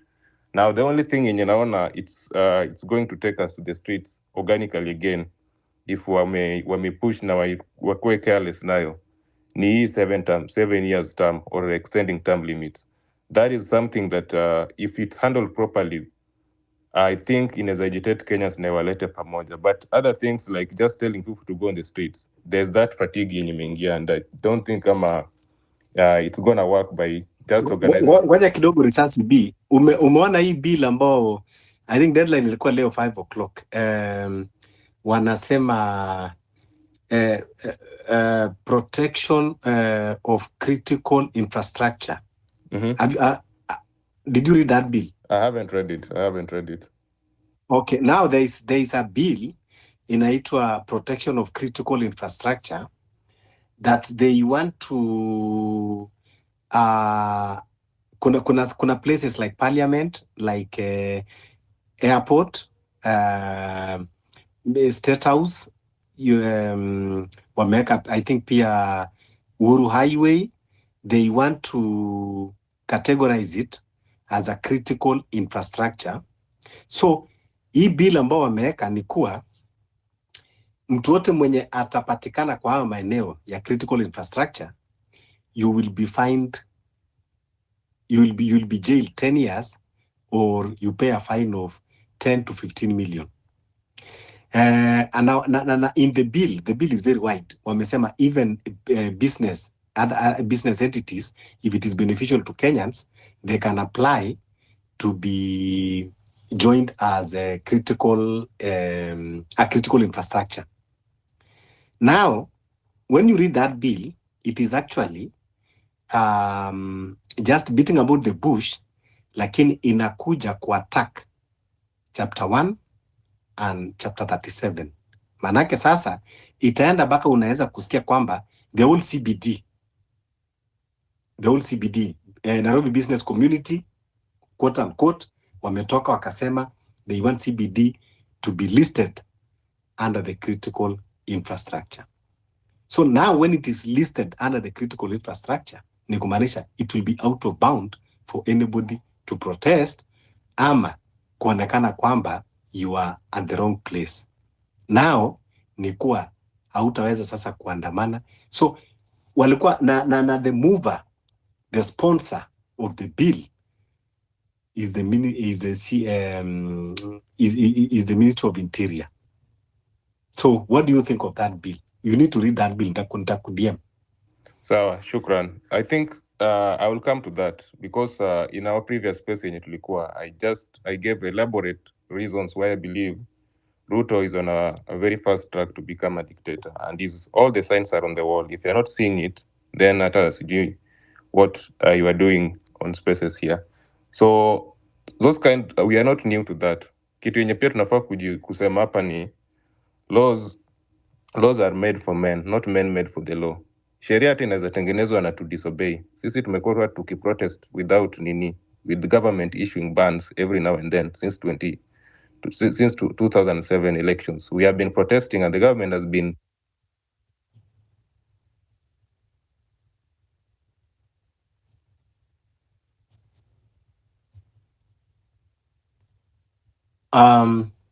Risasi B, we lost your voice. We lost your voice. Kindly drop and let a request. Yes. So generally, then to Josephine. Yes, thank you very much for the chance, Bwana Fabish. I always appreciate that each and every evening we must get a space of articulating our issues and discussing our issues as a country. So I will say, I'm also hinting on this issue of the the rogue police that are being used. Yes, they are there, as you say, they are very relevant information. There was a unit among the GSU, it was called the radiation unit. The radiation unit generally was a unit formed in doing this anti-terror elimination across the country. So with this regime, when they came in place, they decided to change after the beginning of the regime. You remember harassing some members of the DCI.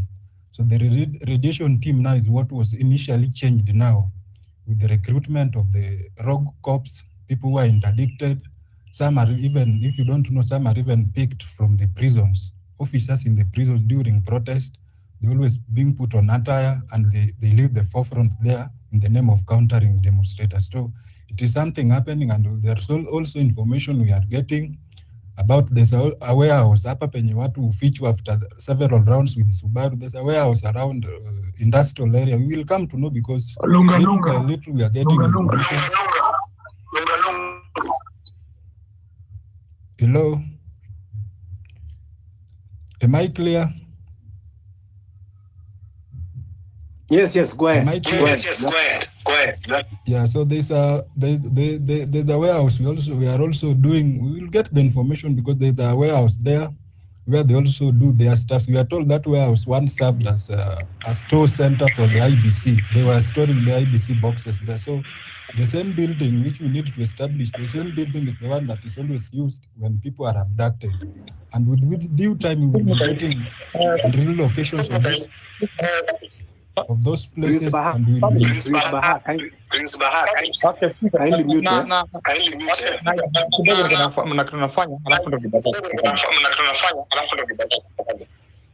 Sawa. Okay.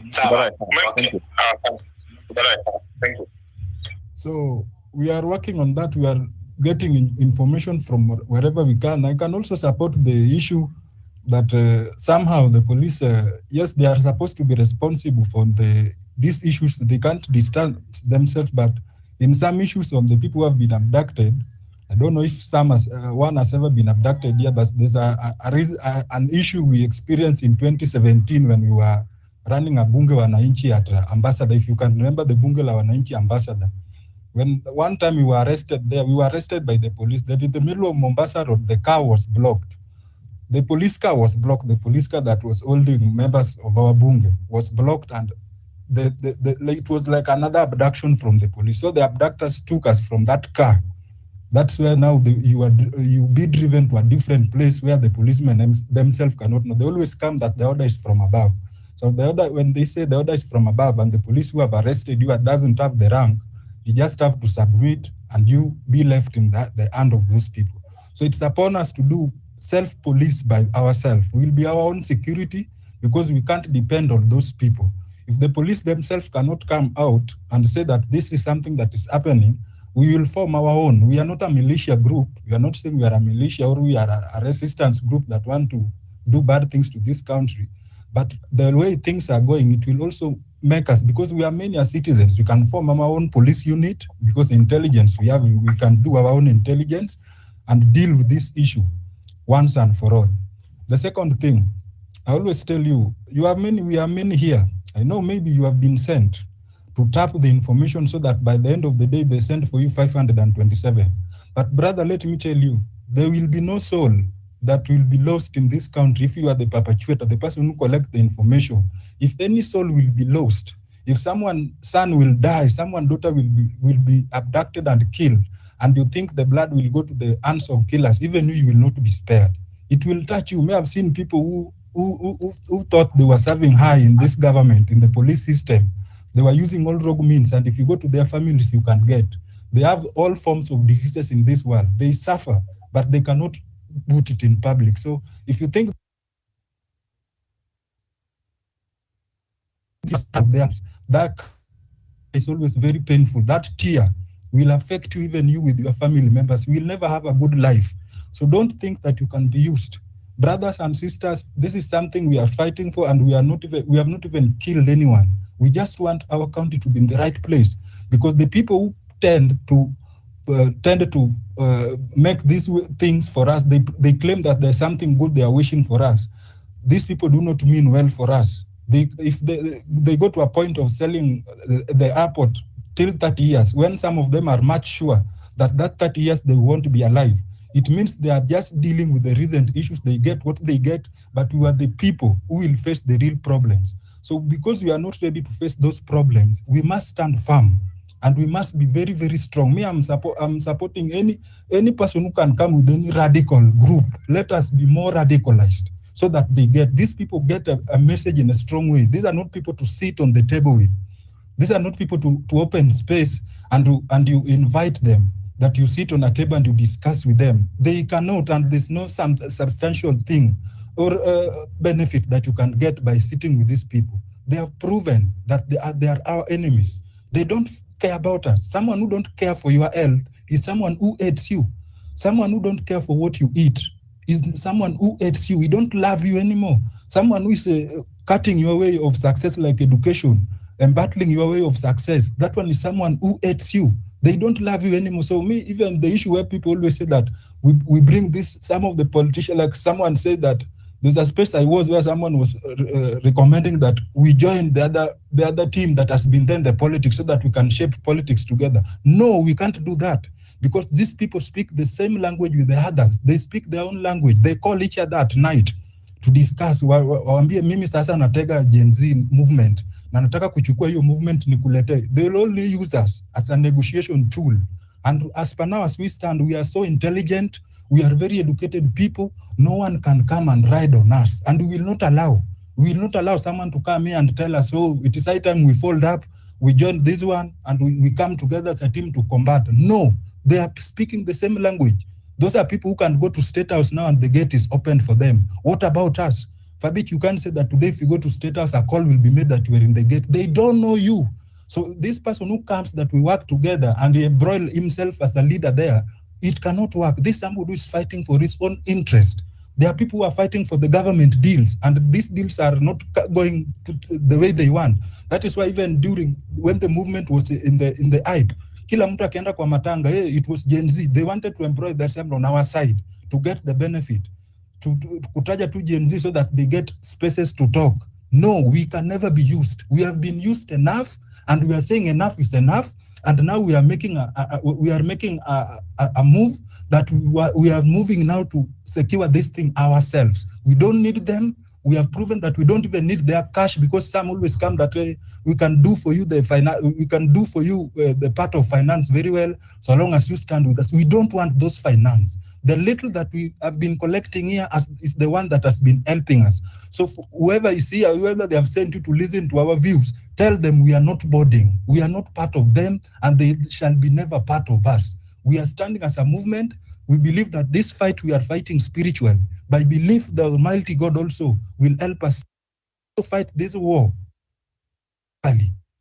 emotionally when we come here and relay our views. And we are physically by going to the streets at the right time when we are called. So brothers and sisters, it is a journey that has started, and it is moving. The momentum the people are crying, momentum we will gain as we go. We will not gain the momentum while we are sitting at our comfort zone. The momentum we will get along the way. We just be focused on what we are fighting for. We believe in what we are fighting for, and we pray for what we are fighting for. Because I believe that this movement, we are going somewhere. In the name of Almighty God, I believe we are going somewhere. In the matter of fear, don't be afraid of these people. Don't be afraid. A man is born once and dies once, and you will never know where you will die. It is God who knows and has planned for our death. So let no one scare you with death. Everyone one day will have to die. There's no one who will be left on this earth to conquer this earth. It is Almighty that gives life. Don't be afraid. Me, I always tell you, when I joined this movement, I joined and I signed my death certificate. It is under my bed. So whichever the case, if the calling comes, I will carry my certificate and I do what the thing I have to do. Yes, I rest my case. If I get another time, I'll talk. Thank you. Thank you so much. Asante sana, Generali.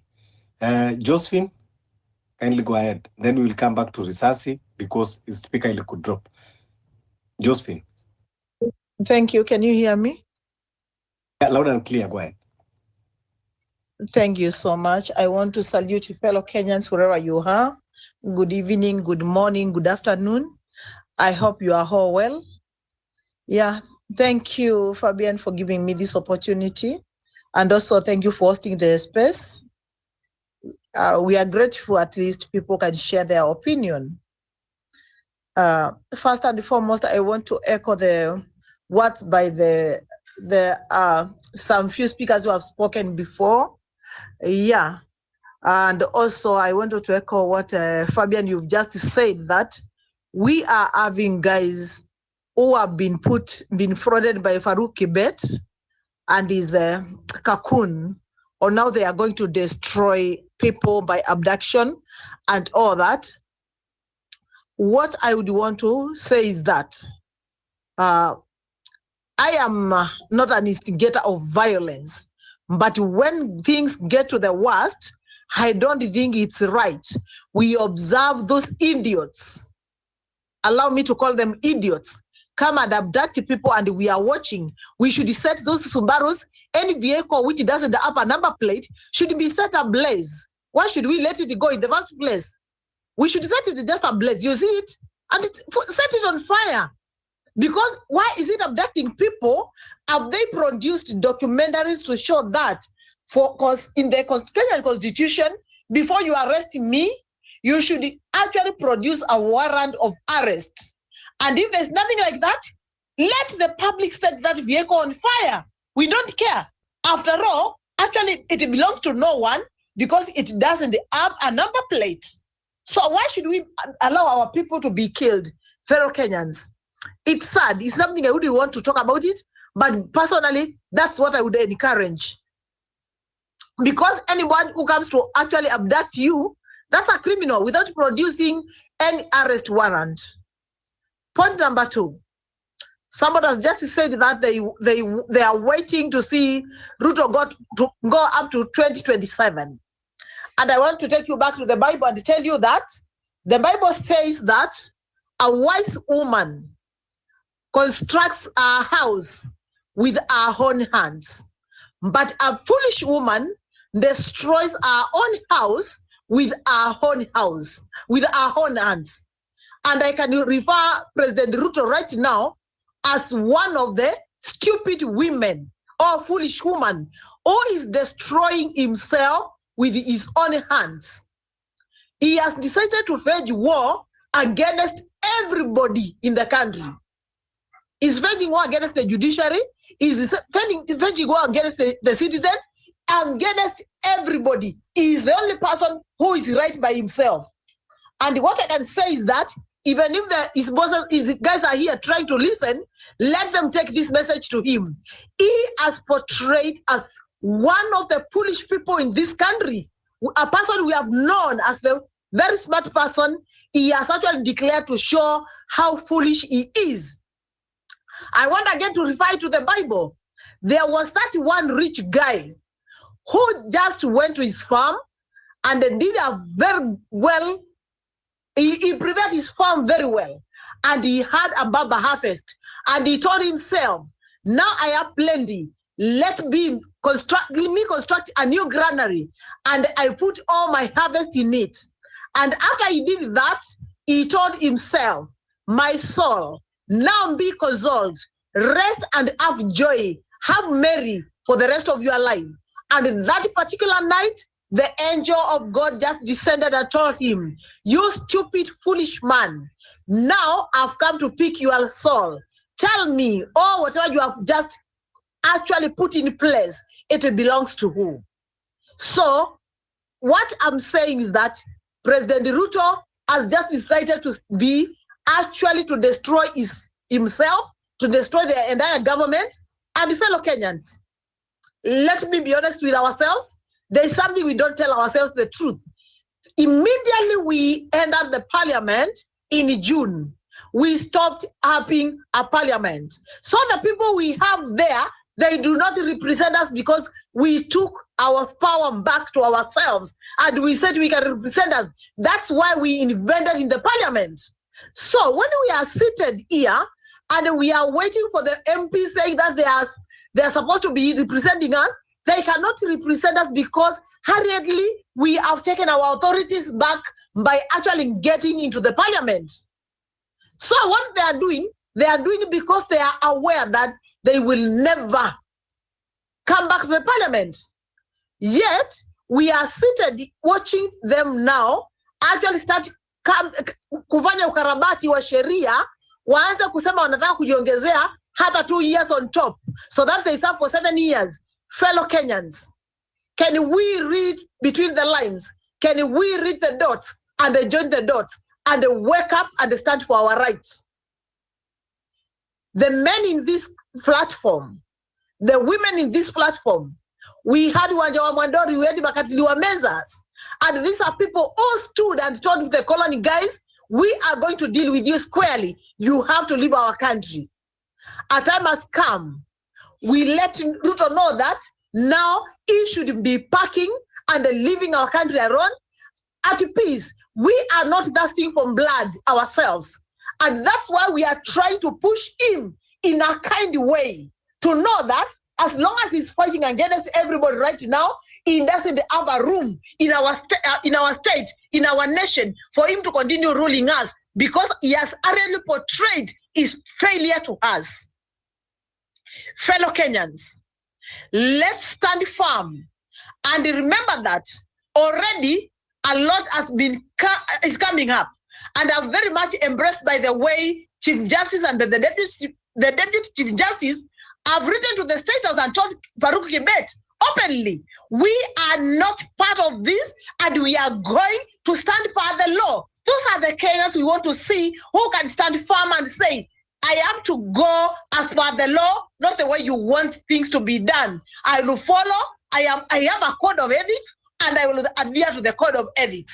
That one I can echo them for doing that. Actually, I was really waiting to hear what they would have to say, the Chief Justice and the Deputy Chief Justice, and I can echo them for whatever they have just written up and spoken out. Fellow Kenyans, we have seen Gachagua, Attorney Gachagua and Kalonzo Musyoka and Kibe Dink and Eugene Wamalwa, they've been to court. And we have just gotten some reservations. We want to thank God. Tomorrow, Tony will be hosting a space whereby he will be giving us an update of what has taken place. Can we avail ourselves? Can everybody do what the best they can do? I want to echo Tony and His Excellency Kalonzo Musyoka and Honorable Eugene Wamalwa for the taking bold step and actually entering the corridors of justice and stopping the Adani from occupying, despite that the documents have been signed. We have seen President Ruto, a person who is not willing to adhere to the rule of law and who is actually trying to overturn the constitution of this country. Fellow Kenyans, we cannot continue keeping quiet as we see him buying people and pocketing them so that they can twist the law, so that it can fit him, so that they can vandalize our constitution. Can we get to know what is happening? Can we get to know when is the best time to wake up? Can we stop pretending that we are better people and we can do without other people? Fellow Kenyans, right now, it's a battle for everybody. Whoever lies to you, you are educated and you can do without the senior people and all other people in the end.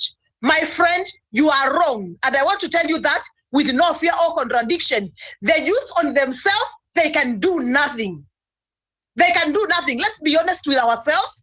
And that's why always you need to be in the front before you are energetic, you are strong, but you have men full of wisdom to guide you and show you the direction on where we are supposed to eat, which direction, when are we supposed to attack, and when are we not supposed to attack.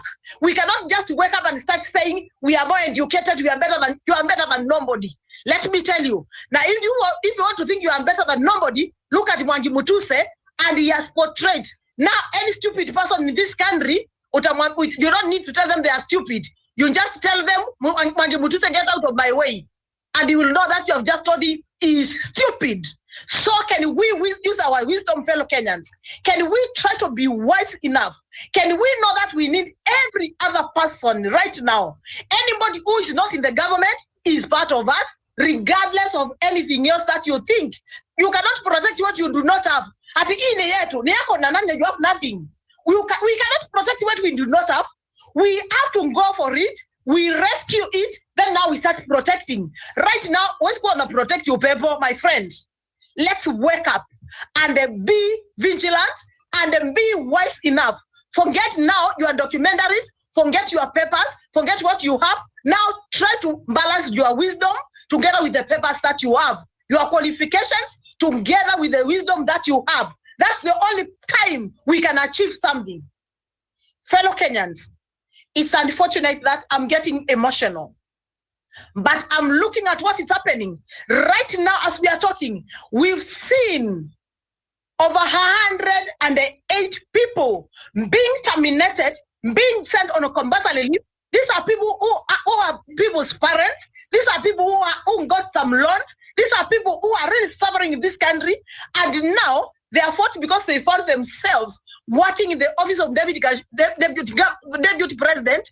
They have been terminated and sent on compulsory leave by the one somebody Chitugani. Fellow Kenyans, administrative issues cannot operate like that.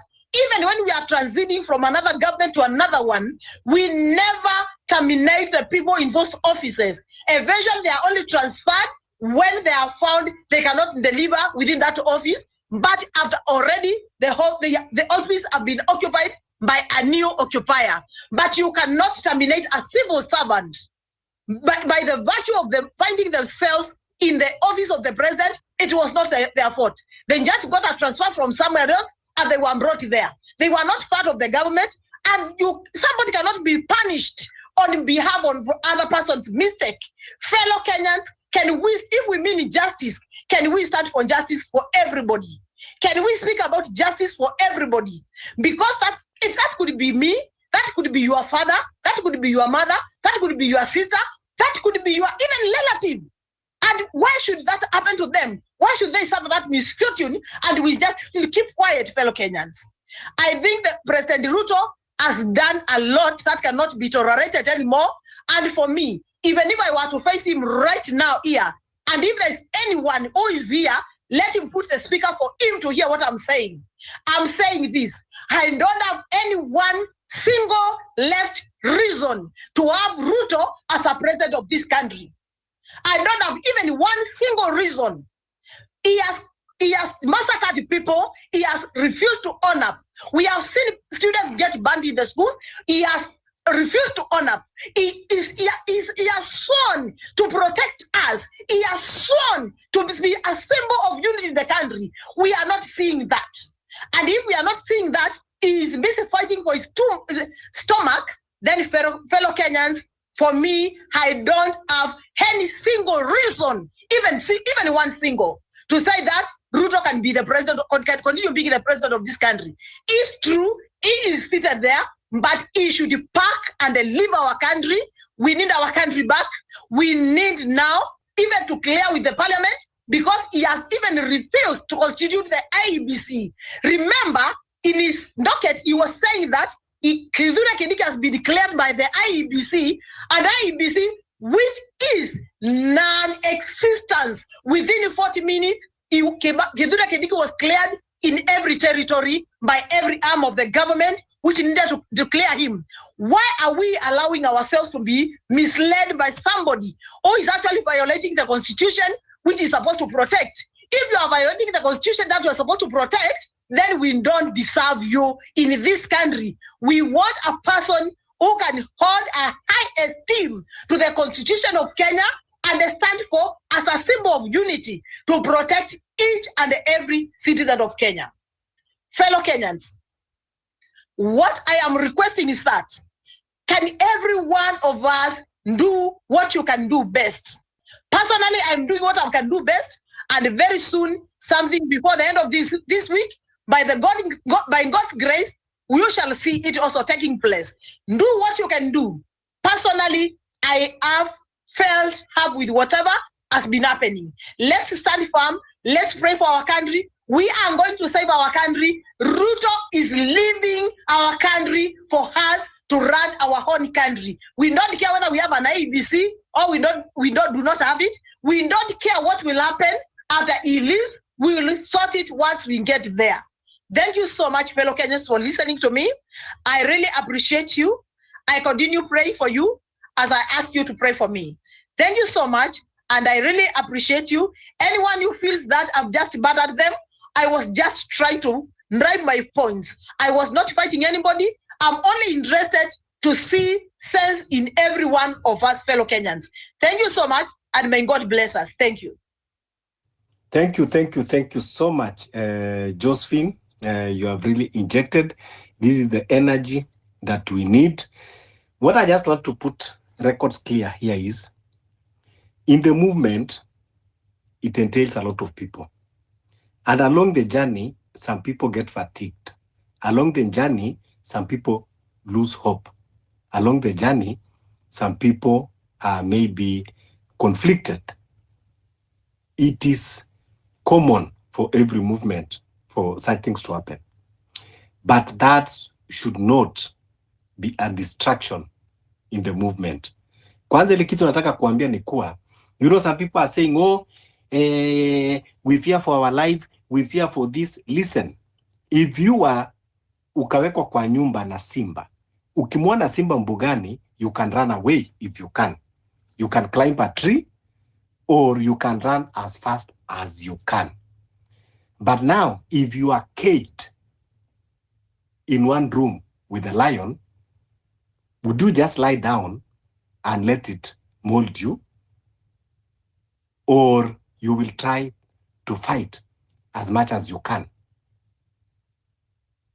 So, tujue hivyo. Sasa mahali wa Kenya tuko, sio tukua tunasema kwamba we don't value our lives. Yes, we value our lives. Everybody. Hakuna mtu anataka kufa.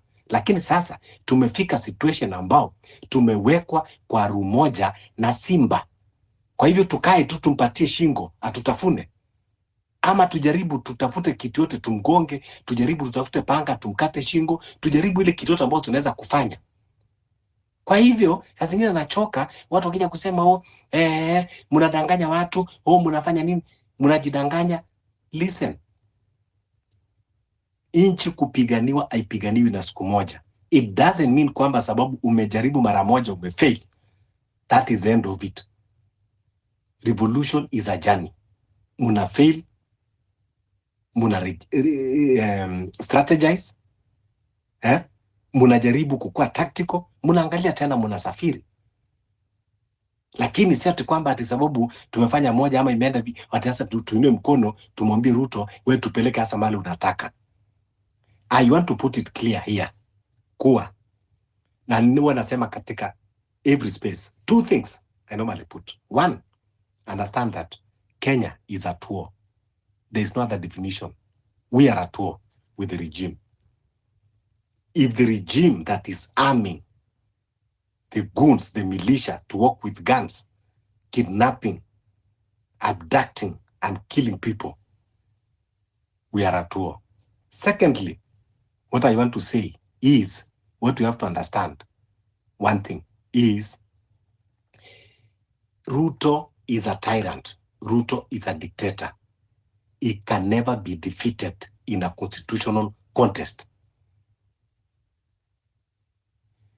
Number 3, Ruto amechukua parliament.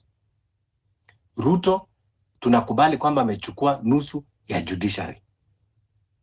And now you want to tell me kwamba ati IBC watakuwa ni malaika wametoka mbinguni. They will be immune. Only 9 commissioners that Ruto will not manipulate them. Are we living in oblivion?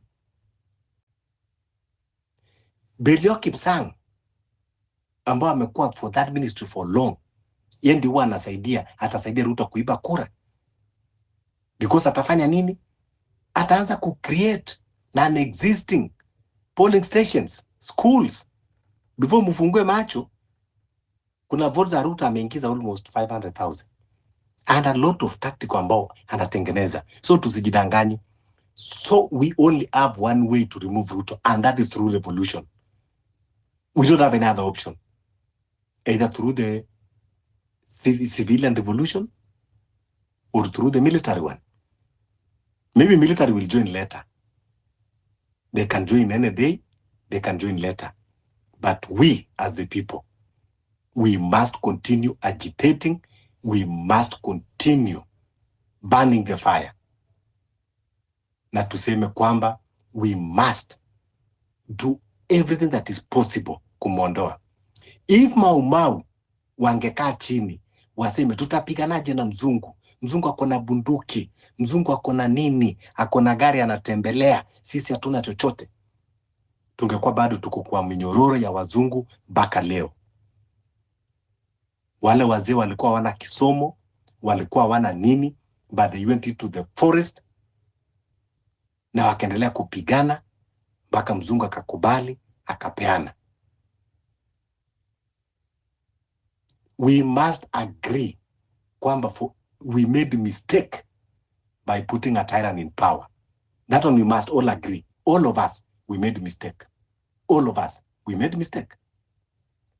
Now, we must own the mistake. And this mistake is going to come with sacrifice. I know kuna watu wengine watasema, no, unajua tulikuwa tumepigia. Now, if you see, if you are not to vote for Ruto, what was the alternative? And if you see that alternative, do you think we would be safe? Because sometimes kuna mtu mwingine atakuja kusema, oh, ni nyinyi, ni hawa ndio walifanya hivi, lakini nataka kukuuliza, kama ingekuwa Ruto, ingekuwa ni nani? Na huyo mwingine ukiangalia, do you think it would have been better than this one? So when I say that we all make mistakes, we have to agree that we all make mistakes. Hakukuwa na better. Now they are working together. So what was the difference? Kwa hivyo, tusije hapa na mambo ya kurudishana nyuma. Lakini kwa movement, saa zingine, kuna fatigue. Mtu unachoka, kaa mahali, kaa kwa kivuli, kunywa maji baridi, lamba glucose, wacha wale watu wako bado energized, wacha waende. The only thing that you can do, cheer them up. Wewe kaa uangalie. If you have your different way, walk on that way. Lakini sahi sisi tunasema kwamba we need a radical movement. It is not a joke. Mambo ya kwenda tena street na kitambaa na bendera na maji itakuja kuisha. Tumejua kwamba who are we dealing with? We are dealing with criminals. We are dealing with militia. Sakaja anachukua pesa ya Nairobi County akienda kufit ama kina Joseph Boynet na the militia. Another militia pia ambao Sakaja anafuga hapo Nairobi. Kadri movement inavyoendelea, we are even getting more critical information that is even helping us and strengthening the movement. So, msione kwamba we are just coming to spaces to waste time. If you think that you are wasting time, wewe endelea kufanya ile yako ambayo unafikiria kwamba ni muhimu sana. But let other people be. The movement has to continue. Na Ruto lazima atashuka. He might have chance now, but it doesn't mean kwamba is clever than millions of Kenyans. So, vile tunazidi kujadiliana hapa, mambo inazidi kutokea polepole. Even in the smallest space, ambao tunaongea hata watu 10, it make a lot of impact. Yes, so tafadhali tutaenda sasa mbio. Risasi B ulikuwa umedrop. Kindly finish with your submission. Ndio twende kwa Ras G, and then I think Escovino, naona ulikuwa umeinua mkono. Wacha kwanza tusikie Risasi B. Shukran Fabish. First of all, umesema tuli make mistake. Mimi siko kwa hiyo category. Mimi nilipigia Raila kura, sikupigia Ruto. So So when you make mistake waseme tu, mimi siku-make mistake. The previous speaker amesema a lot of points regarding conduct ya Ruto, and one of the things that came out was that Ruto is avenging on everyone, and already amechukua power from parliament. This is exactly how tyrants behave. The first thing that tyrants does ni kuseek support from sections of a country, and whether you like it or not, Ruto saizi akona a very solid support in Western, akona solid support in Luo Nyanza, akona solid support in Rift Valley. That is what he needs, so that anaweza tumia hiyo kusema that people are supporting me, and that's the nature of tyrants. Angalia Museveni in Uganda, angalia Bashadi in Yemen, angalia Paul Biya in Cameroon. Is their modus operandi. That is how they work. They must ensure that wakona a section of the country that supports them. Number two, if you look at the way they work, ni to make sure that may take control of key institutions, and these key institutions majorly ni legislature, tayari parliament ni Ruto, and this is basically why nini ndio limpatia hiyo power. Gen Zs ndio walipatia power Ruto ya control parliament. The moment 25th watu walienda parliament, MPs wakakuwa rattled. So Ruto just told them that these people are gonna send you home.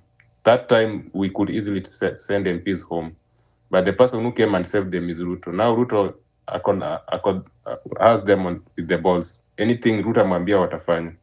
So tayari legislature is consolidated. The next thing is judiciary. Judiciary, the less we talk about it, the better. If you are still having hopes in judiciary, you are dreaming. The moment siku yenye Raila lipeleka petition kwa court, and those people never bothered to come through the evidence, wakasema ni hot air. It was very fashionable that time to celebrate that Raila apeleka hot air, not knowing that the response was based on judiciary was already fixed by Ruto. So expecting anything that Martha Koome is going to stop Ruto, that's a wet dream. That is not going to happen. You will be here. We'll be here. I know mnataka niwapatie hopes, but we'll be here. Mtaona hiyo nini hakuna mahali itaenda. Judiciary is already fixed. The next step sasa ni how do we move forward? One of the persons mwenye aliongea pa earlier on, sijui alidrop, anaitwa Roots. Roots gave a very elaborate plan, and I agree with him completely that we need to make sure that we tap into watu wenye wanaweza tusaidia. They are not necessarily clean, but they can help us, and they are resourceful in one way or the other. One of those people wenye mi ukip kusema kwa hizi spaces ni yeye alisema Jimmy Wanjigi na Kalonzo, and basically what Roots was saying that Kalonzo anakuja na voting block ya Kamba. No matter how you want to look it, I know it's very unfashionable kuangalia vitu in terms of tribes, but me that is how I look at politics, because I don't lie to myself that we are tribeless. Me mwenyewe ni tribal, and I don't apologize for that. So if we have got Kalonzo coming with the Kamba voting, huyo ni tayari tuko na some solid support.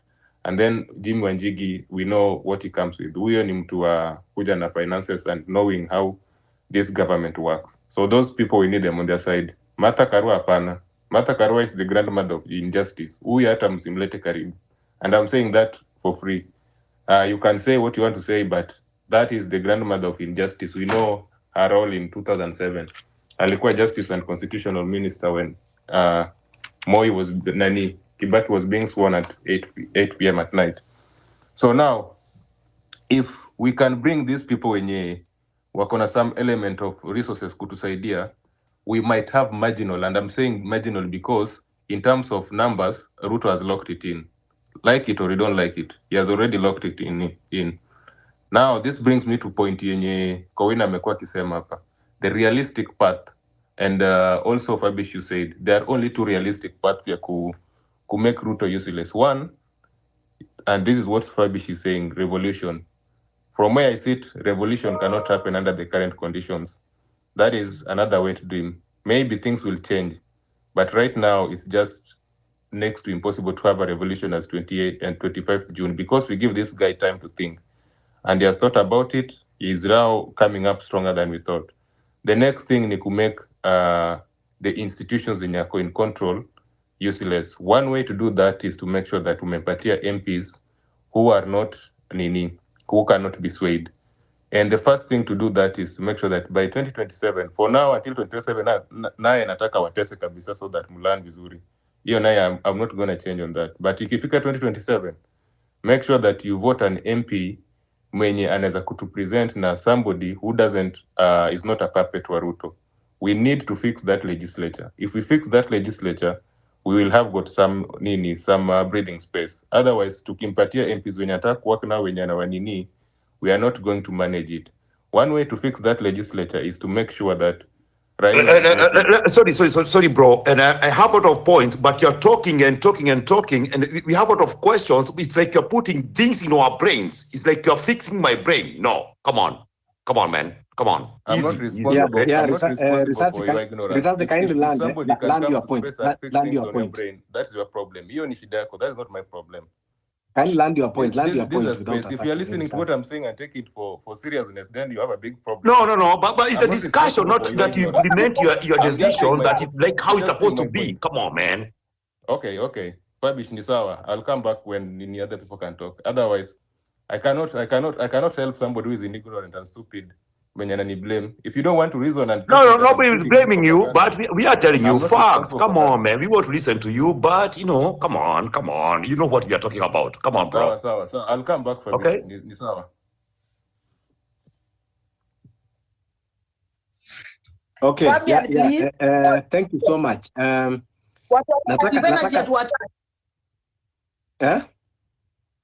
Tunasema watu ambao wako na negative energy, people who think that they can do it by themselves, we cannot avoid that, please. Ukisikia mtu ana negative energy, just let them go. No. Listen. This is what I said when I opened the space. This is what I said. I said, in this space, we are listening every opinion. Even those naysayers, we don't have problem with them, but they cannot distract us. We know where we are going, and we understand some of them tumekuwa nayo kwa movement. In fact, they were in the forefront. Tunajua kwamba some of them, they are wounded, wameanza kuchoka, wako fatigued, ama at some point wamekuwa frustrated. It is nature for every human being. So we cannot blame them. Unaona? Lakini so ukikuja hapa sometimes wanatoa point kama Escowino aliongea kitu ya maana, na sijasikia mtu ambao amemcounter Escowino mpaka saizi. And I was very interested. Escowino amesema, but bro, unajua tuko na hiyo respect. We don't want to counter. We respect the person to talk, but inakuwa kama ana-impose. Okay? I'm not saying, listen, I'm not saying to counter him. I'm saying to counter him in this way with the facts. Escowino amesema amezunguka 5 counties. Now in those 5 counties, this is what he found on the ground. Now amesema alikuwa Migori, alikuwa Homa Bay, alikuwa Siaya na kaunti nyingine hapa ametaja. Sikukuwa Migori wewe. Nilikuwa Kisii wewe, sikukuwa Migori. Ona Kisii si Migori. Now I am expecting pia mimi nisikie another speaker mwenye ataniambia amekuwa Nyandarua, amekuwa Laikipia, amekuwa hii, so that we can inform Escowino kuwa yes, wewe ulipata information, ama hata mtu atasema pia mimi niko Kisii and this is what the ground is saying, wewe you just good people of like-minded.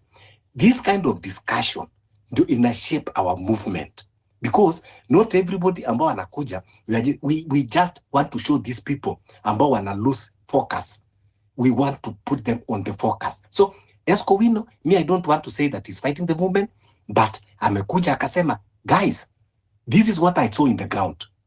But now, I would want us, sisi pia tuko na mashinani kule tumetoka. Can we inform him? This is, I went to Asingishu, this is I went to Kilifi. Bro. You're saying about the collective data, pale juu Lili anasema ukweli. Tukiangalia pale juu anasema ukweli, si ndio? That's it. Can we be fair and we move on, we proceed, okay? No, asema ukweli, but I want we inform him in a way kwamba atajua kwamba amepotea, because these people, they have lost focus. This is what nimeshinda nikwambia hapa. Hao watu wame lose focus, and even we don't need that kind of negative energy, because this movement is very strong, is now going to be radical. And mahali tunaenda, it is either you are with us or you are with enemy. We will not have people sitting at the fence. Mahali movement inaenda, and that's why tumesema At it reach a point, even we will take oath. Fabish. Bro, I'm not thinking. Umesema radical.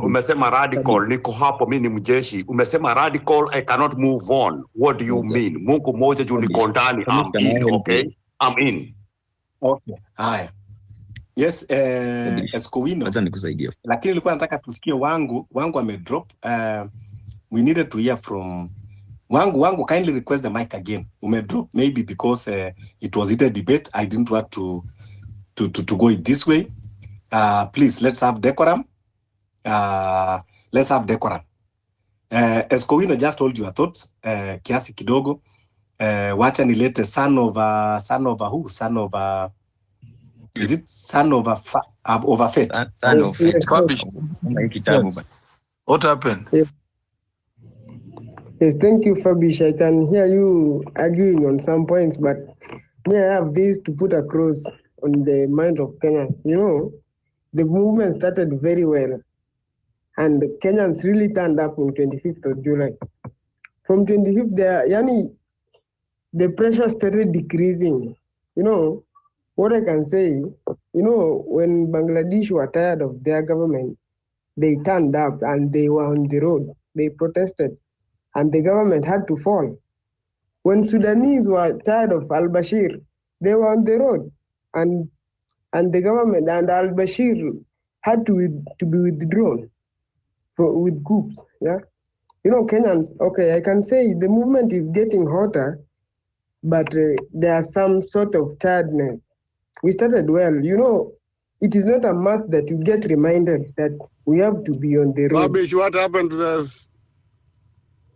Hello, are you quiet? I can't hear nothing.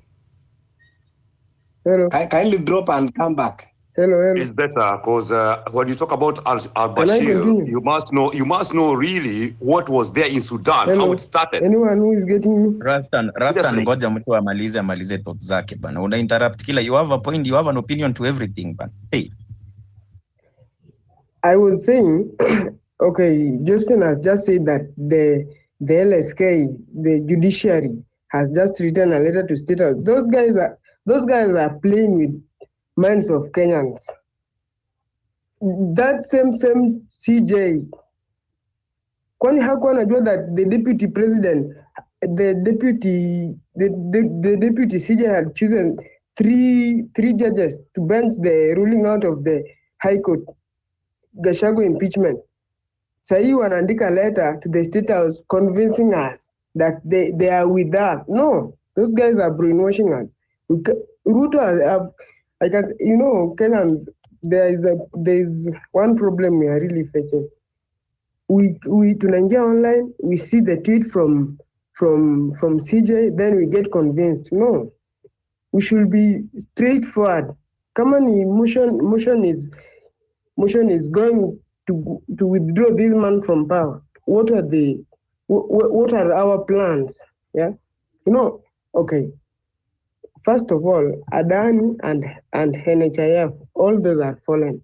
School are banned.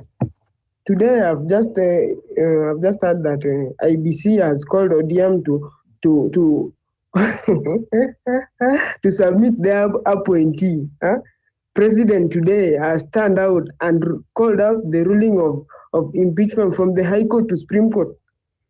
From a very slight point of view, you can just see that there are some good fortunes for the president in Supreme Court. That is just enough to tell you that president calling off the ruling of his deputy president from the High Court to the Supreme Court. That is enough to tell you that there are some good fortunes for the president in Supreme Court.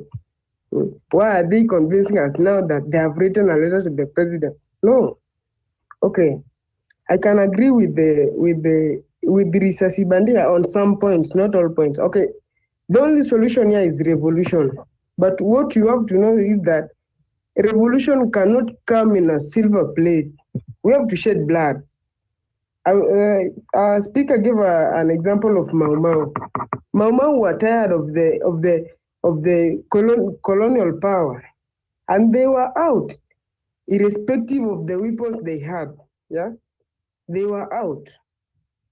If we are Kenyans and we say that we went to the road, some were killed, and we are now tired. No, that is not the solution. Huh?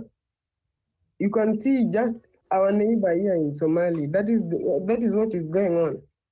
If we are for revolution, we must be ready to shed blood. And that is the same thing that happened to Bangladesh. That is the same thing that happened to Sudan, I mean. Yeah. Research telling us 2027 is the only solution to withdraw these guys. Research is, I can tell you that is a wrong point of view. That is very wrong. If we are serious and we just go to the road and protest seriously, we can let down the government, even tomorrow.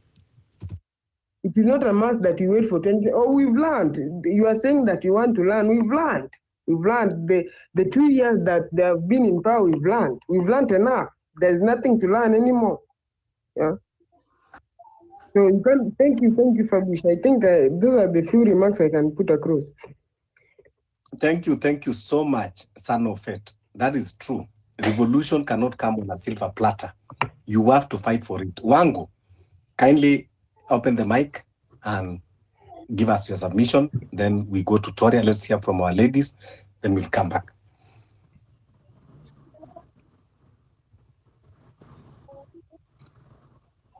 Oh, Wangu, I think you have issue with your internet. Kindly request again. Toria, in the meanwhile, go ahead, give us a submission.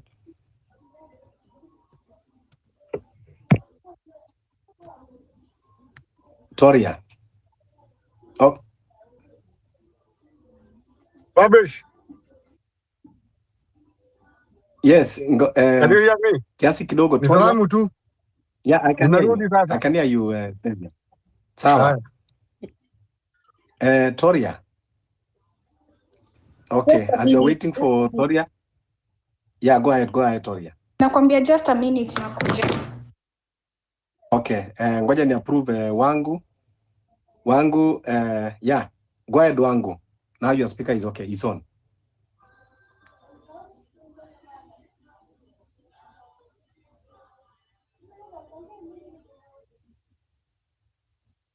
Nakusikia, go ahead. Nakusikia loud and clear sasa. Yeah, All sorry. the network imekusumbua. Yeah. So as I was saying, saizi we are at a very crucial point.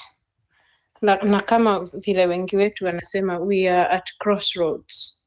Ile unapata so many things are happening at once. Njia tunapelekwa hii, tunazungushwa hii, tunazungushwa the other way around. Lakini sasa we will win if we remain focused on the issues. Yeah, like now nasikia kina Kalonzo wanasema, right now many people don't understand. Mtu kama Kalonzo yeye ndiye alienda akasimamisha nomination ya DC kotini. There is that. Well, I don't know the details, every detail. Labda kuna watu wako hapa, they know more than me. Lakini what I'm saying is, some of these people are already playing their own games. They are not there looking at how do we solve our main issues. Our main issues in Kenya sai ni bad policies, systems zenye ziko dysfunctional. They are not working for us. How do we solve those? Si ati nani atakuwa kiongozi. No, that shouldn't be the main thing. Saizi ule wacha tufuate huyu, wacha tuunge huyu. No. It shouldn't be. We need to stand kila mtu kivyake. Ajiulize, what do I want for me and the generation to come? Watu wengine wenye tunafuata huyu na ule mwingine. We follow the issues rather than the people. Juu wale wengine wanatuwekea two blocks. And for me, in my opinion, I feel kama vile wengine wanasema hii chama na hii ingine sijui huyu, they will not help us. Mahali tumefika, tunajua Ruto ni nani, who we are dealing with. Bado mjue kuna kwekwe squad, hata kama hautuiski, bado iko very functional. Tunajua juu watu walijipata tuliona bodies. Tunasikia mochari zimejaa. So we know who we are dealing with. kwa saa hii. Na yes, I agree with whoever said here kwa hii group that tulipoteza the sort of the main day ile yenye kila kitu inge tusongesha mbele the 25th. Lakini kulienda vile kulienda. Now where do we go from here? Mimi and I choose my words juu saa hii siyuko nyumbani. So nasikianga vibaya nikiambia watu and then protest, go and protest. Lakini sasa mimi nasema tunafaa kuangalia kule kwingine, what is happening kule kwingine, kwa especially Africa, watu wenye wamepitia yale mambo tunapitia kama Burkina Faso na wale wengine. What have they gone through? What are they doing that is working now? And we think that way. Yes, I'm radical, but I think that's the only way. Juu huyu mwenye tuna deal na yeye, he is not akuji na flag na maji. Ako na squad yake kwa squad. Na watatumaliza. So what do we do? Huyu si ile ya 25th. Saa hii, yes, amepata hiyo time ya kuangalia. Na mafia wale wamemfuata wako macho. Wanamaliza one by one. What do we do? Ni kama watu watokee siku moja. Ndio hawezi huwa watu wote. Lakini tusaidiwe na KDF. Hiyo tu ndio nasema. If I sound so radical, but that's me. That's what I think will work. Asante.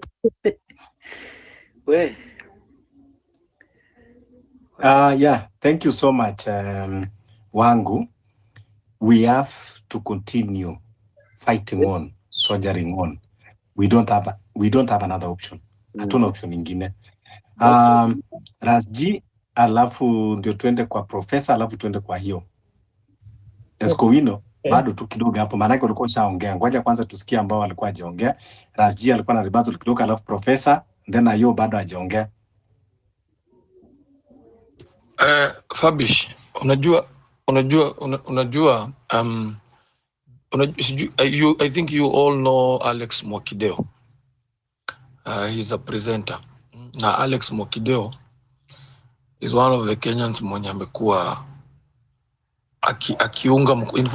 akiunga mkono Adani. Unaona? Kwa akipigia debe Adani. But ukitaka kujua power yenye Kenyans wako nao, Kenyans reacted, and today bibi ya Alex Mwakideo amejulia kwa Twitter ama hii space ya kwamba alikuwa anakula receptionist. Wow. So I'm just bringing this story as to people who think you can reduce this conversation or what Kenyans want to very small debates ama past.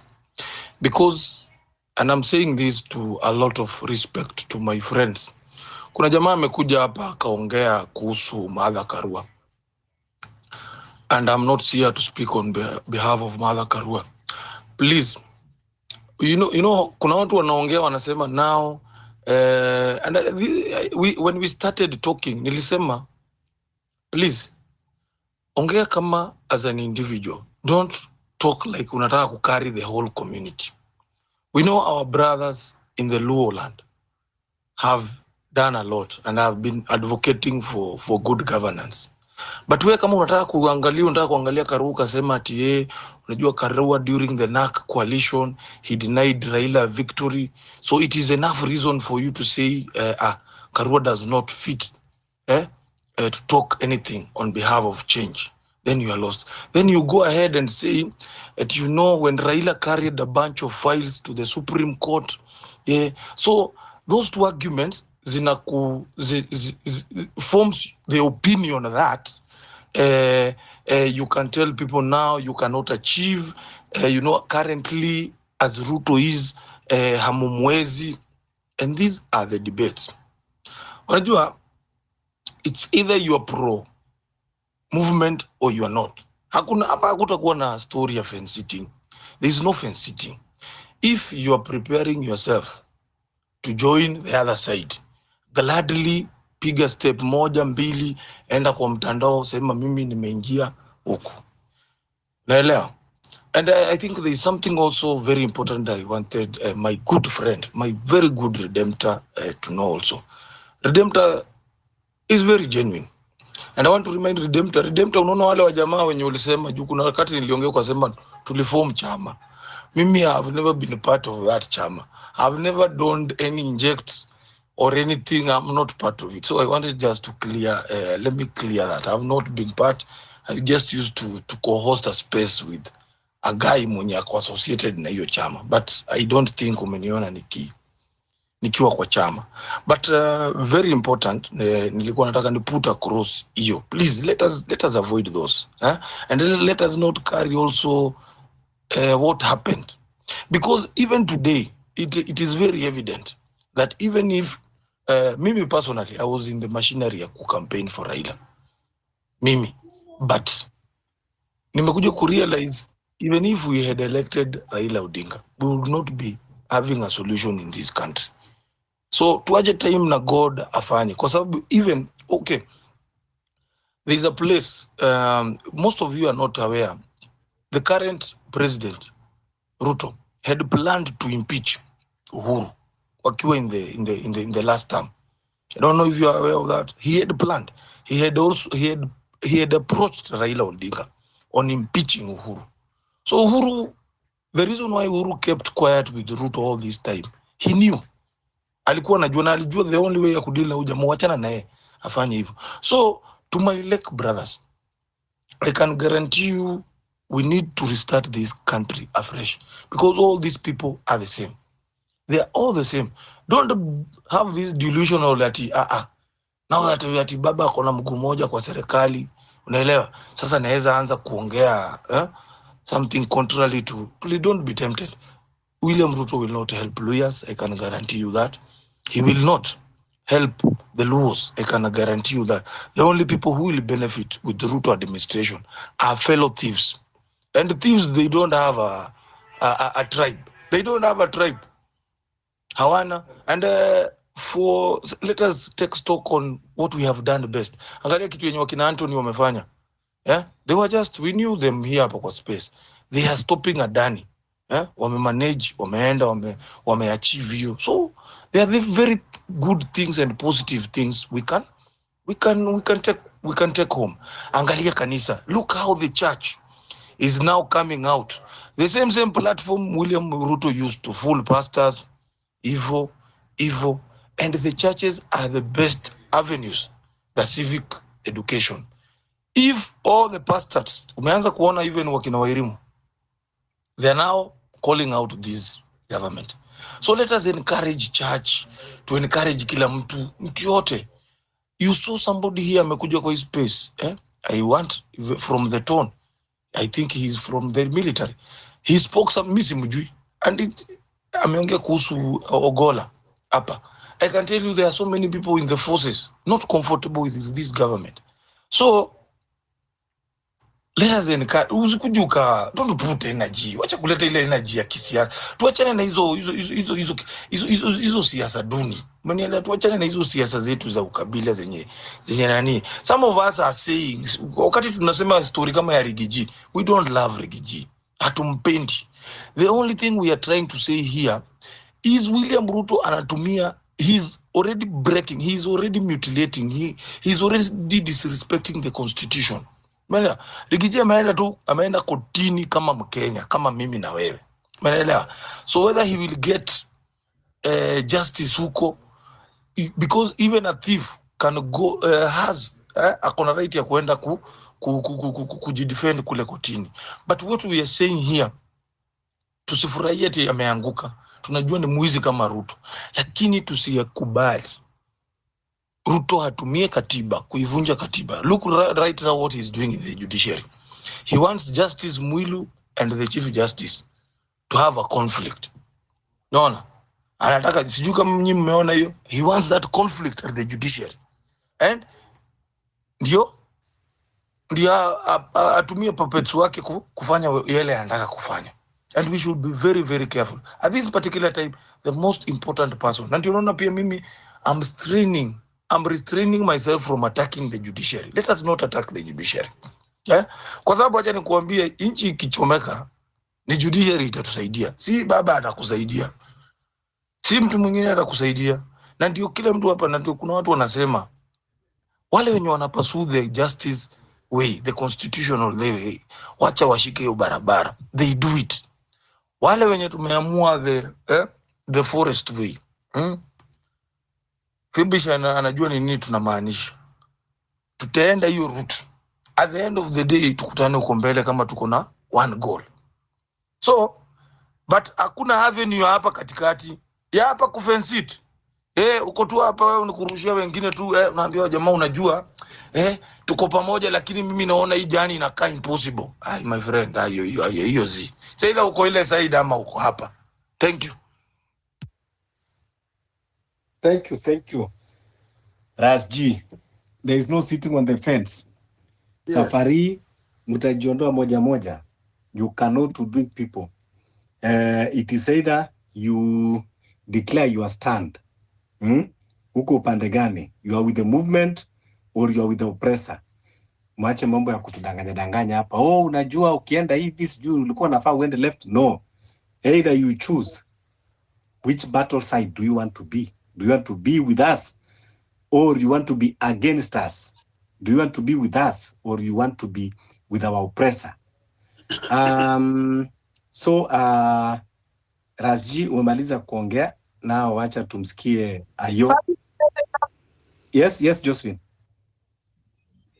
Thank you. Yes, I just want to echo what Ras has just said. Can we also, the way we are standing to fight for the justice, can we also protect the judiciary? Because the judiciary, that's an arm which is supposed to be independent, and we need to stand up and continue protecting them so that they don't get divided. Because the moment they realize that we have left a vacuum for them to be attacked, they will now actually bend down to our enemy. So let's show the judiciary that we are really supporting them and we are there for the judiciary. Thank you. May I just support something? Wacha tusikia Ayo the 6th. Ayo the 6th. Gogo kindly mute kwanza. Tusikia Ayo, amekuwa hapa for very long time. Then tukuje kwako, then tukuje kwa Escowino. Ayo, wasita. Wait, niaze Fabish. I can see my Catholic brother next to me there, Mr. Escowino. Ayo, sikusikia songa kwa mic. Amnisikia aje? Amnisikia? Sauti iko chini. Zima hizo vitu naita Bluetooth. Ayo mambo uzime hizo vitu naita Bluetooth. Hata si Bluetooth. Wewe ndio unazita Bluetooth. He's reconnecting, amepotea. So I can just say something. Au mapost wangu Anjiru upokei, alafu Toria upokei, Go ahead, alafu ndio Ayo, hebu itisha mic tena, panda juu. Wacha jipange, then just 1 minute to add something, please. Okay, yes, Rasdi.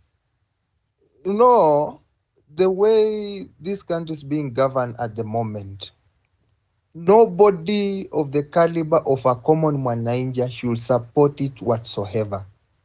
You know, the moment the government, which is constituted by the Constitution, starts breaking the law, start going against the Constitution, whichever you may say that you are in the government or you are supporting, you are related to somebody who is in government, this government you will suffer with a common Mwananchi that is outside the government. So on my side, I will just urge each and every person to take it from me that this government, the way it's being governed, is coming to be governed like a family. It's going to be governed like somebody sitting somewhere. Whichever he says, whichever he rules, is what the government should just follow of the day. And a common Mwananchi that is down there is going to suffer very much.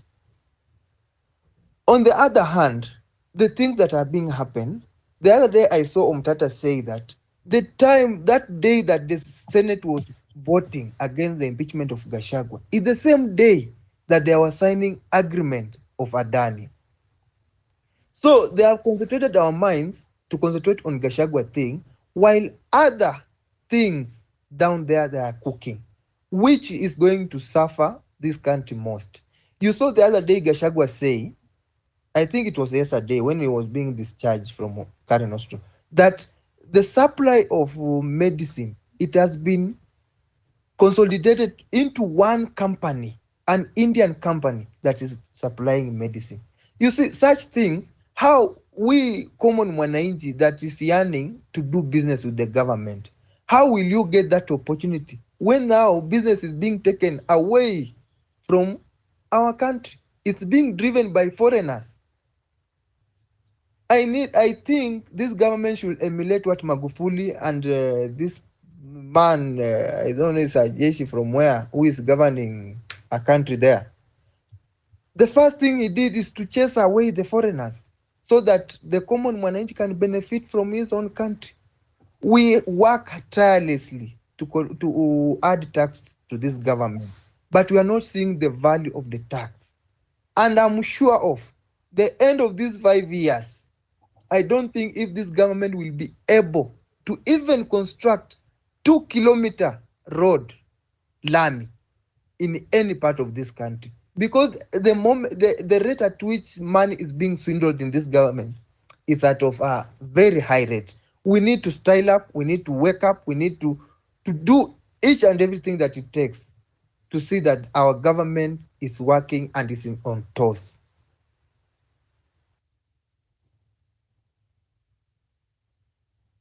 Thank you for listening. Yeah, thank you so much. Now we go to Escowino, then we come to who have not yet spoken, Xavier, and others. Then we come to Risasi B while Toria is preparing, and keep on requesting the mic. Let's continue engaging each other. Continue, request the mic. Na utapewa mara hiyo. Retweet the space. Let's pass the message. Kuwa 11/11/2024 is looming. If you are on the side that you believe that this regime has to go, we have to continue pressurizing. This space is a free space. Let's not be toxic to each other. Just bring your opinion, because every opinion matters. I believe that everyone that is in this space is in support of the movement. It can be from different divergent views, but I believe that we are all one. Let's all keep unity together. Manake saa zingine tunapanga safari. Maybe mwingine anasema tunende na ndege tufika haraka, mwingine anasema pana tupande gari ya moshi, mwingine anasema tupande trailer itakuwa cheaper, tutaomba lift. So tunaweza tu kuelewana. So I don't want us we fight because mtu mwingine amekuja na opinion. Just we can capitalize on those opinions. Tunaangalia ipi ya kudrop na ipi ya kupick. Escowino. Fabish. Hiyo time nikitaka kuongea ilikuwa point of information. But sasa hivi watu wameshaongea, so nikaandika vitu mingi, so zimegeuka submission. Sasa ikageuka from information to submission. Ninyi watu wa sabbatical, hiyo ndio shida wa watu wa sabbatical. Mnatuchanganya. That's how much ukinipita unafanya kitu nilikuwa nataka kusema under 1 minute nageuka 5 minutes submission. Aya. Number 1, I don't think kuna mtu mwenye ako happy na Ruto kukuwa in power. I don't think. Hata mtu akisema anataka Ruto amalize power, sidhani yeye mwenyewe anafurahia uongozi wa Ruto. But it's just that sometimes we just have to learn from our mistakes. Again, number 2, nimesikia mtu akikuja hapa na different opinion, anakatizwa haraka before amalize point yake. Sometimes just wacha mtu amalize his different opinion, alafu umuulize solution ni gani. Because if you don't hear the solution side of it, you will be quick to judge and criticize. Useme mbona amesema hivi. And that's what has been going here. Like I said, people really want to be told what they want to hear, not the different opinion that could actually make change. You know, the fact that we don't want to take different opinions. Tunataka kila mtu aseme, tuendeni 11/11. Give us the different, lakini bora umalizie kwamba Ruto must go. Bora tu unaweza kutupatia every opinion, lakini bora the point is Ruto must go. Mimi hata siku hizi relax. Mimi hata siku hizi sipush hizi hashtags, by the way. Hizi watu wanalipwa to push them. Sisi tunazifanya hapa for free. Hizi ni biashara za watu. Hizi Ruto must go ni biashara za watu. I've learned a lot. That's why ukiniona kwa the fact that I have maybe different opinions from what I had at the beginning of the movement doesn't mean I've changed, I've run away from the movement. I'm still part and parcel of it, but we have to look at it from a different perspective. And napenda venye Redemptor alikuwa ameongea hapa. Alikuwa ametupatia some insights maybe people are just not listening, ama watu walikuwa wameconcentrate on the juicy side of it. But Redemptor alikuwa really spot on. So, mtu akikuja na different opinion, tafadhali mlisten kwanza. You can put all the thumbs down you want, but listen to the solution side of their opinions. Hivyo ndio tunaweza endelea, because we can really learn a lot from different opinions, and that is how the movement will grow. Then tukikuja hapa tuambiane 11 Ruto will go. Number 2, contingency plan. Do we have a contingency plan? Wacha niwapatie one excellent example of someone who has a contingency plan in this country. Raila Amolo Odinga. Mtataka muanguke kura, akishaanguka presidential election ataenda Supreme Court. Supreme Court ikishakataa kukubaliana na ati ikishasema zake ni hotea, anaenda anasalimiana na mtu mlichagua, mnaanza kuumwa. That is perfect contingency plan. He has been doing that time and again. Yeah, kuna contingency plan. Now that is a contingency plan. Sisi contingency plan yetu, if Ruto doesn't go, ni gani? And this is what people don't want to hear in this space. Ukiuliza, Ruto asipoenda, what next for us? Because kuna chances, this is a game of probability. Kuna probability that he will stay, there's a probability that he will go. So, if he goes, well and good, we all benefit from that. We all enjoy, we all rejoice as a country. That is, the movement has achieved what we wanted. If the movement doesn't achieve its goal, that Ruto doesn't go, what next for us? What is the other plan?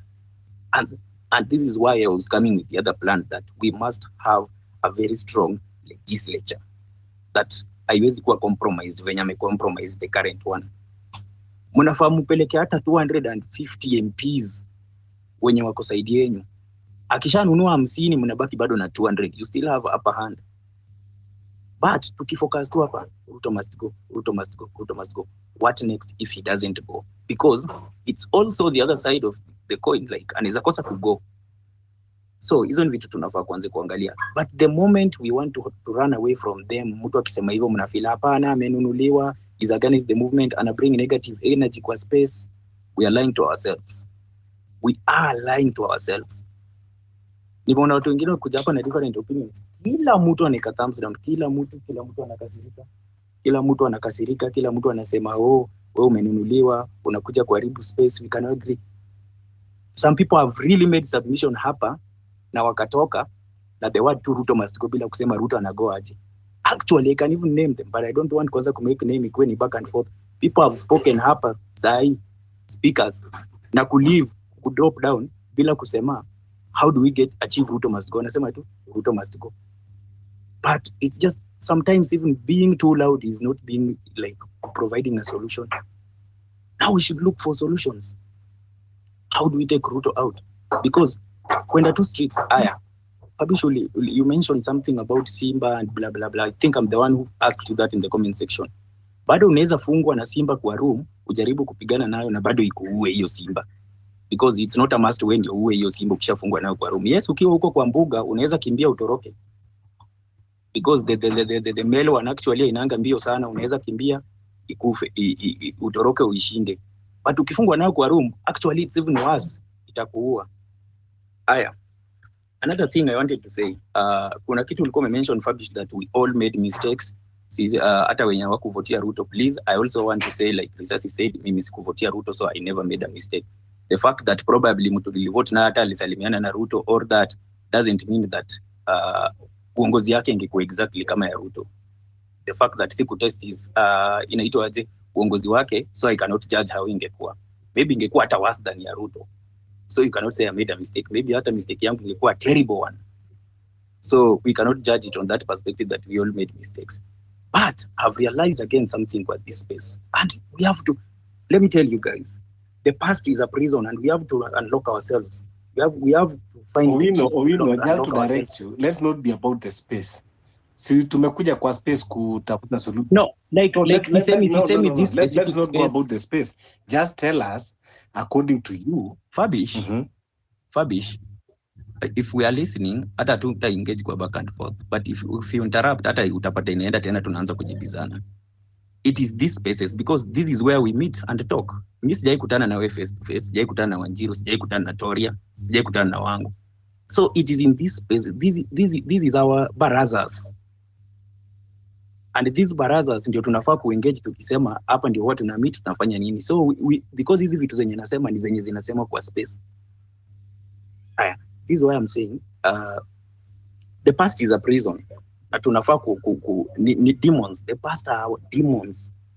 Na tunafaa kuanza kuzi-accept kwanza before we move on. And I've realized something about these spaces.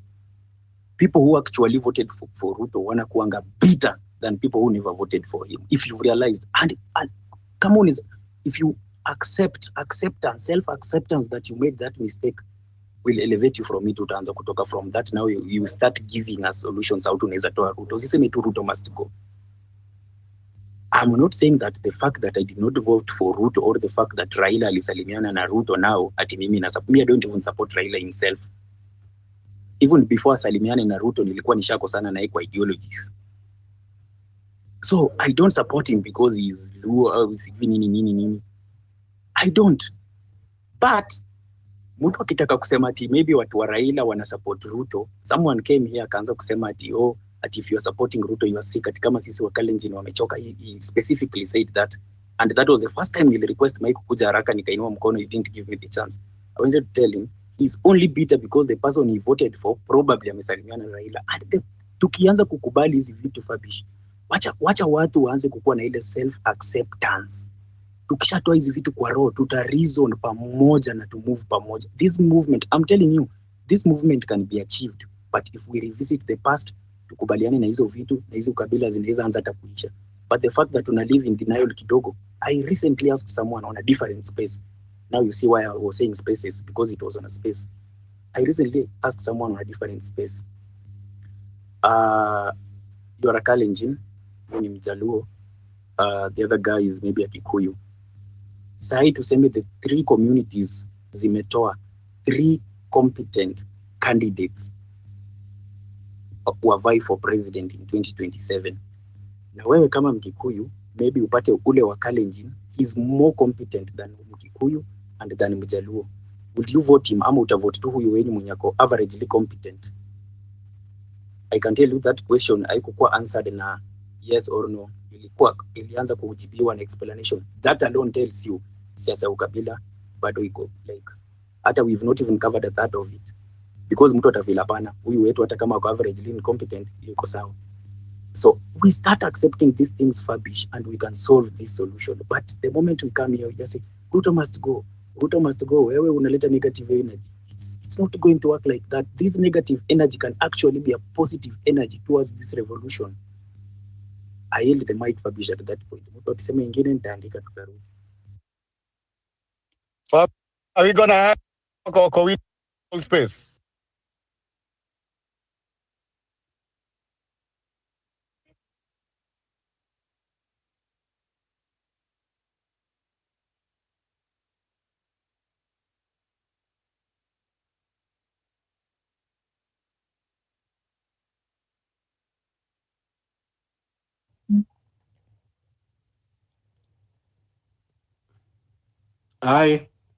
Escoino just dropped. Wanjiru, wewe unainua mkono, umekuwa co-host na unataka kuchukua co-host. Hebu chukua mic na uchukue co-host at the same time. Nani? Sawa. Tuma co-host. Bado sijapata. Ni Toria ama ni nani? Ni Wanjiru. Yeah, Mike, Wanjiru should come back, but can I speak? My hand has been up. I'm already, my biceps is sore. Yeah, you can speak. Fabish, was someone asking me a question? Ilikuwa na drop upatie watu wengine mic. So, Toria is still connecting. Mimi hata sijui network ilifanya nini Escoino can drop, but I don't think that mimi nilikuwa nimemaliza nika drop, so I thought someone was asking me a question. Yeah, I wanted to ask him a question. Yeah, I wanted to ask Escoino a question. Oh, please go ahead before I give someone else the mic. Yes, Kowino, I have been listening to you, your rendition, and it is very good. But there's one aspect which I don't know whether it was you who was saying it. I want to clarify with you. Somebody talked about Martha Karua, I don't know, did what. Who was it?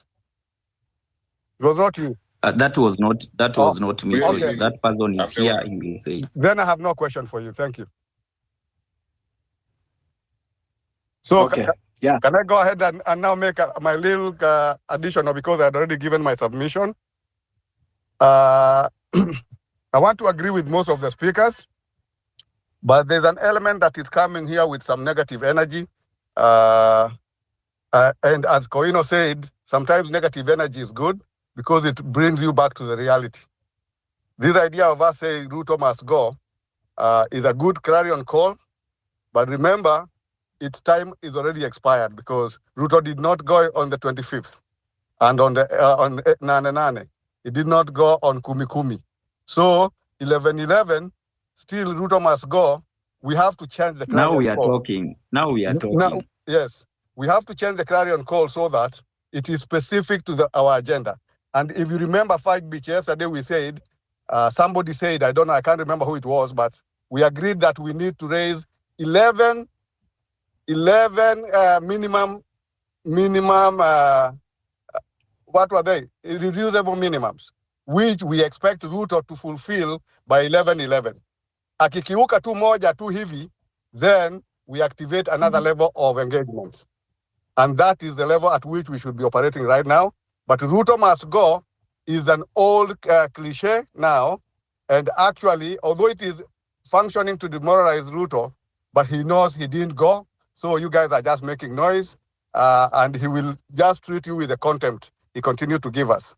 But he needs to go to the next level where we had gone and agreed that we need to explore the three options: civil disobedience, which is what demonstrations are; 2, political activation, which is what we do with this all education, all the public participation and all these kind of things, and the civic education. And then there is now the final action, which is much later. As we agreed earlier, a revolution grows, has a life of its own. It starts with, but we have to stay with the ideals. The ideals is that, as GNZ had said, we want good governance. That's the minimum, the bottom line. But now, since we are faced with this issue of impeachment of Gachagua, which in a way, people are seeing it as a negative thing, but it's really positive because it has given us a chance now to start prying into the presidency, to start prying into this broad-based government and developing strategies on how we can remove them all in one sweep. In fact, Raila solved our problem because he went to the side that he belongs. He has shown us who he is. He's always a transactional person. And I'm not bashing Raila. I have supported him. I voted Raila several times. And I also believe he is a compatriot of this nation. But at this time in his life, he has realized that, you know what? If I cannot get the presidency, let me get the coin. So he's on a retainer. And that's why he said Adani is good, because Ruto, I think, has promised him a share of that. So just to finish my point, actually Adani is a done deal. That's what Raila has realized, because if I can tell you some information which I have from among my confidential sources, the main beef with Ruto and Uhuru was that Ruto is stealing too much. But then Ruto was arguing with Uhuru that your family already has money. You loaned me some money, and your mother insisted I have to pay it within the first year, and Ruto paid it. So when Ruto got a chance, he said, I will never in another election have to beg people for money. I have to have my own money. That's why he went on the stealing spree. And now Uhuru started complaining, oh, amekula pesa ya Arol, sijui amekula wapi. Meanwhile, Uhuru is also eating big. So they shared the SGR money. Uhuru took most of it. When it came to the Euro bonds, they shared 2 billion each. And then Ruto went for a third bond, the money that came through Citibank. And that is what Uhuru blocked. And that's where the beef came. Now, Ruto wants a legacy project like Uhuru Highway. Uhuru Highway is a legacy project by Chinese paying Uhuru for giving them business throughout his 10 years. So they built that project, that it is a Kenyan project, but the money belongs to Uhuru. It's the SGR money that is paid back to China. So SGR will be paying Uhuru for 30 years and 18% after that. Now, Ruto wants a similar project, and that is what he's going for. That is a done deal. Once Raila has accepted it, it's going to be a project for legacy project for Ruto. I wanted to put that one in public square because I have information from very confidential sources, and that was a beef, and Ruto is determined never to beg anybody for money to do politics, and that's what he has just done. Anyway, I think other than that, we need to progress and continue in the same movement, but we should start considering the third, and which is not military. Somebody was speaking here that, the KDF. KDF are nowhere. KDF are already in the take with the government. So this has to be a popular revolution that has gone eventually to turn into guerrilla. And since now we cannot do guerrilla because we have no forests in Kenya, we have to do it in these guys. We have to do it in these spaces. We have eventually to get people like the guy who was saying, I'm in the military, to join us. And we have a critical force that we have our own people. When we are on the street, they come to protect us. I think I yield the mic. Thanks. Asante sana. I'm Xavier. Yes. Risasi B, just hold your thought. Nitakuja kwako, acha nikuje kwa QB, new speaker, ajiongea. Bentari. Then to Risasi B. QBE, Bentari. Am I not pronouncing it correctly? Escowino, when you are a group of schools, how do you pronounce that name? QBE Bentley. Some of these people wanatumianga jina wajui kanzi zao, so zingine unaweza ita mtu jina na jui kama ndio ameweka kwa nini. Anajiita QBE Bentley. Mwite tu Benson. Jina yake ni Benson. Oh, Benson. Okay. I go to the next speaker if he's not speaking. Wacha Risasi B, go ahead. Wakati, okay, amekuja. Yeah, Benson, go ahead. So, hello, I'm QBE. Okay, go ahead, QBE. I'm QBE Benson. What I would like to talk about this Ruto must go. We need to articulate in something, one thing, and then persuade it up to the end. Because we keep skipping. And also, the people outside Nairobi, maybe for example from like Ethiopia or Uasin-Gishu, how will they contribute in this forum and how will they take action? That's just my point. Thank you. Can I answer him? People should do action in their own areas. In fact, asking people to congregate in Nairobi is what was the weakness of the 25th movement. People should stay in their area. That's my point. You remember what happened in, I think on the 25th or before, we had 23 counties having demonstrations. And we want to take it to actually the 47 counties. So don't ask anybody to come to Nairobi.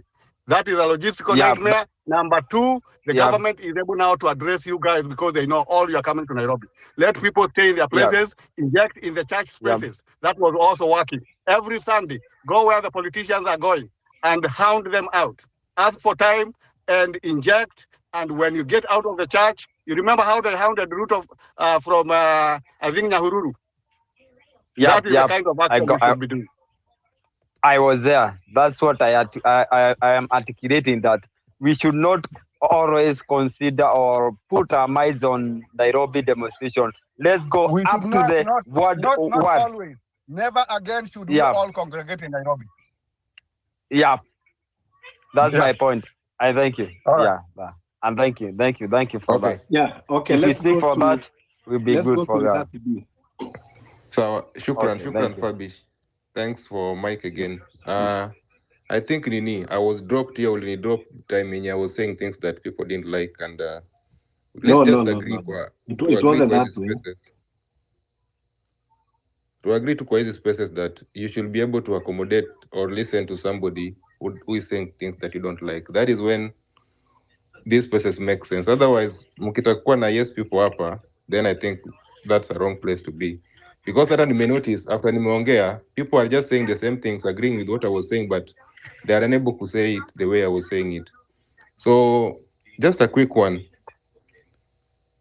Clearly, people are looking for ways to make Ruto go, but the way mnaisema hapa is not realistic. Ruto going is not gonna happen until 2027 unless hiyo revolution yenye mnasema happens. Now, people have given some of the ways, like Xavier amepeana some of the ways to make sure that that revolution is successful. But mimi, I still hold that revolution was supposed to be successful on 25th of June, especially hiyo siku yenye the moment KDF walitoka barracks, that was the easiest way to make that revolution successful, because I don't think kama KDF wangefire any bullets to civilians. And even if you look at police who are firing bullets to civilians, most of them walikuwa plainclothes police, si wenye walikuwa in uniform. So that was the moment yenye tulikuwa na hiyo golden opportunity. Kufikisha revolution at that point was the maximum. After that, it was on a downward spiral. And I remember after that kulikuwa na series of spaces watu wakiongea nane, and mimi personally I DM'd kwa Winu nikamwambia don't go for nane. Hii kitu ilishaisha kitambo. I told him literally don't go for that. Alienda na alikuja akaniambia vile it wasn't the same way, and now things are coming up that those protests were sponsored. So you can imagine people taking advantage of this. Now this is what I'm saying, that protests zinafaa kukuwa organic. Anything, the moment umeanza kuplan for revolution, just know that things zimeenda haywire. Revolution zinafaa kuwa organic yenye hakuna single source of planning, kila mtu anaenda kivyake. Now, that said, 25th ilipatia a lot of results. One of the things yenye ilitoka from 25th was the firing of CS, of which tena Ruto alienda kurudisha 75% of them. The finance bill stopped. I think that was some of the things yenye ili come out of finance bill. I think in that sense, I still believe there was success on 25th June. And that kind of made people excited to extend that to home, tunafikia that tonight we can organize another one like that, but that was not meant to happen. Now, going forward, I believe that tunafaa ku change strategy, like Xavier said. You cannot do the same thing and expect different results. We have to change strategies. One of those things ni kutumia nini. In fact, what Morara was doing was the best thing. How genuine he is or not, me, I don't care, because hakuna pesa yangu yenye limpatia. And that was the right thing, having a political party, because this is a political fight. That's a political fight. If you go for revolution and unasema to make militia, the government has the monopoly of violence. You cannot match them at the moment. If you go that, it's going to be just inaenda kukua chaos. It's going to be chaos at the moment. So one of the things niyo chenye Morara nafanya, if it is genuine, that is up to wenyewe namfanya. Secondly, ni easy court cases na litigation. Litigation is very, very important, the way nini zinafanyika. Even though me, I don't believe in those courts anymore. Courts ziko already under Ruto. Another thing ni easy spaces. Spaces, the moment mlipatia politicians platform, because I'm sure saizi, at the height of 25th June, no politician was being given a platform. None of them. Hata angekuwa nani, akikuja nini akuwa naambiwa, in fact akiingia mic watu wanamfukuza. But nowadays our politicians ndio wanakuja, in fact wao ndio wanaorganize spaces we are joining, and now they are telling us what we need to do. So these spaces zinafaa kukuwa sacrosanct the way they were. Those are some of the things that you can use to nini. The moment me I saw spaces mkipatia, and Xavier asked nani alikuwa anasema story ya Martha Karua. I still say it unapologetically. Martha Karua is not the face of justice. She is the face of injustice. And the only way alitoka kwa government, the moment Kibaki akumpatia deputy prime minister, na akakuwa shuffled from constitutional and justice office akapelekwa water and irrigation. That is the moment alitoka kwa government akaanza go against the government. So me, I don't buy into that. We can team up with people who can give us something fresh, but merchants of injustice, no. Even though tunataka to unite with the seasoned politicians, we have to be very careful on who we mingled with. So going forward, two plans. One, chenye mnasema revolution, of which mimi nasema it's not possible for now. Or we go for the legislature. And legislature means vile tu Koine anasema 2027 tupatie Ruto MPs wenye hawajatoka kwa hizo seat, hawajatoka kwa nini, hawajatoka kwa major parties. And this is why I still say unapologetically that Raila should go for that AU na win. Because aki win, it means MPs who are elected on Raila Mania in Western Nyanza Coast, where you just have to say that mimi niko na Raila na unapata kura, they will not be elected. And those who are elected in Central, wenye wanaenda kudanganya watu that Raila akiwa president utavaa kinyasa, they will not be elected. You will have to prove to us why you need to be elected by just not invoking name ya Raila. So that is one of the things. Secondly, if Raila is at AU, influence yake kwa hizi politics za ground zitakuwa very minimal. And that means people can make decisions without direct influence. And Ruto atakuwa na hard time because he will not have the machinery to convince wase wenye wako kwa maybe hizo local constituency. Like for now, saizi Ugunja iko by election. Right now, if elections were to be done there, ODM will win that election seat by landslide. Na mimi nawaambia scam tu huko. I'm not saying here like to nini. Vile mtu alikuwa anasema ati I don't speak for the whole tribe or I don't speak for any community. I'm just saying I'm just telling you as it is. So if revolution cannot let's have something that can work. Something that works is to make sure that tumenyang'anya huyu jamaa legislature. If nataka niulize ndio ulande. Ngoja kidogo, nataka ulize ndio ulande. Umesema if Raila, now you are telling us in a context if Raila win AU. Now nataka sasa twende on the opposite side because wewe umekuja hapo unasema we have to. Now Raila did not win the AU. Now give us that context. That is a disaster, and that if Raila doesn't win an AU, that's a solid 10 years for Ruto until 2032. Because as now you understand. So anyway, umepeana submission yako, yangu nitapeana baadaye. Okay. Sijamaliza kurespond Fabish. Let me just haraka, just 10 seconds. Kuna watu wengi bado wajiongea. Yeah, okay. Just 30 seconds. Yeah. Na haraka. If he doesn't win, huyo jamaa atakuja shikane na Ruto because haizi nominate somebody for presidency kwa ODM because it means huyo mtu will have to negotiate with Ruto. So in the interest ya make sure that he and negotiate na Ruto, he will just support Ruto. Na kisupport Ruto atakuwa lock hizo support base ya Nyanza, Western Coast and Nairobi. And that means Ruto atakuwa legitimately elected na the popular vote. That is something you don't want. The best way is to make sure that this guy is not kwa political scene. Hence, me naonanga ni side show watu wakisema tio this mzee should do this thing. Raila's loss is a big mess for watu wenye wataka country riendelee itowe Ruto or make Ruto useless. Yeah, nimemaliza. Thanks. Thank you. Fabish, give me a second, 30 seconds. Because I need to ask the question that I was intending for Kowino. And now the gentleman who spoke about Mother Karua. Sabia. No, Sabia. No, give me 30 seconds, please. 30 seconds. No, because I don't want to be back and forth. Just hold your thought. Research atakuwa bado ako hapo. Let's ende kwa nothing K. Then we'll come, you'll ask questions so that at least conversation iendelee.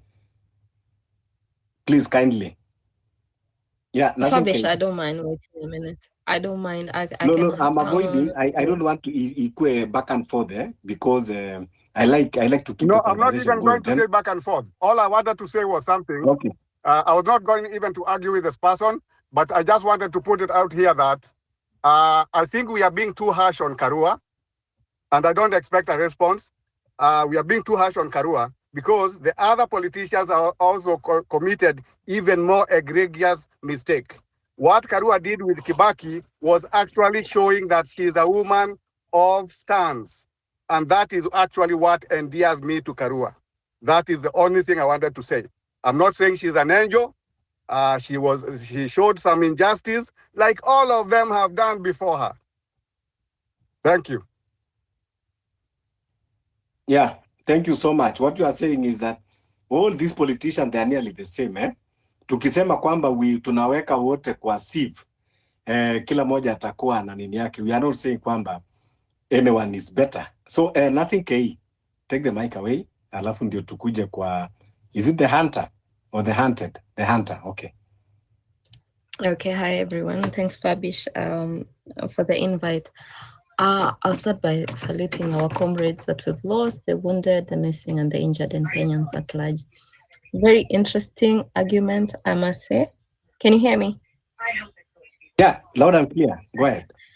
Okay, I'll start with the conversation I got, which was about Raila winning the AUC. Two things.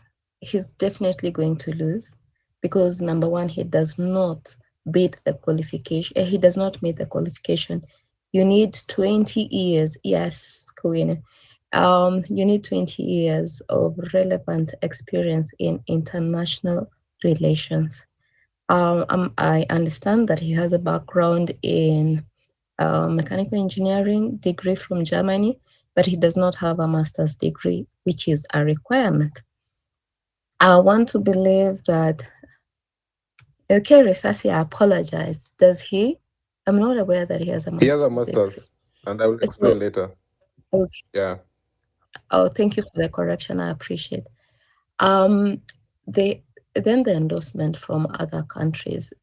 It looks to me like the Djibouti guy, who I definitely want him to win, is going to carry the day.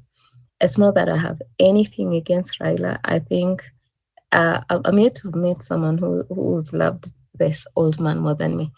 I think I've loved him more than his wife because I'm not married to him. He's never provided for me. He doesn't know me, but believed in the cause. His time is up politically. As a country, we're not united. So this fixed mindset that,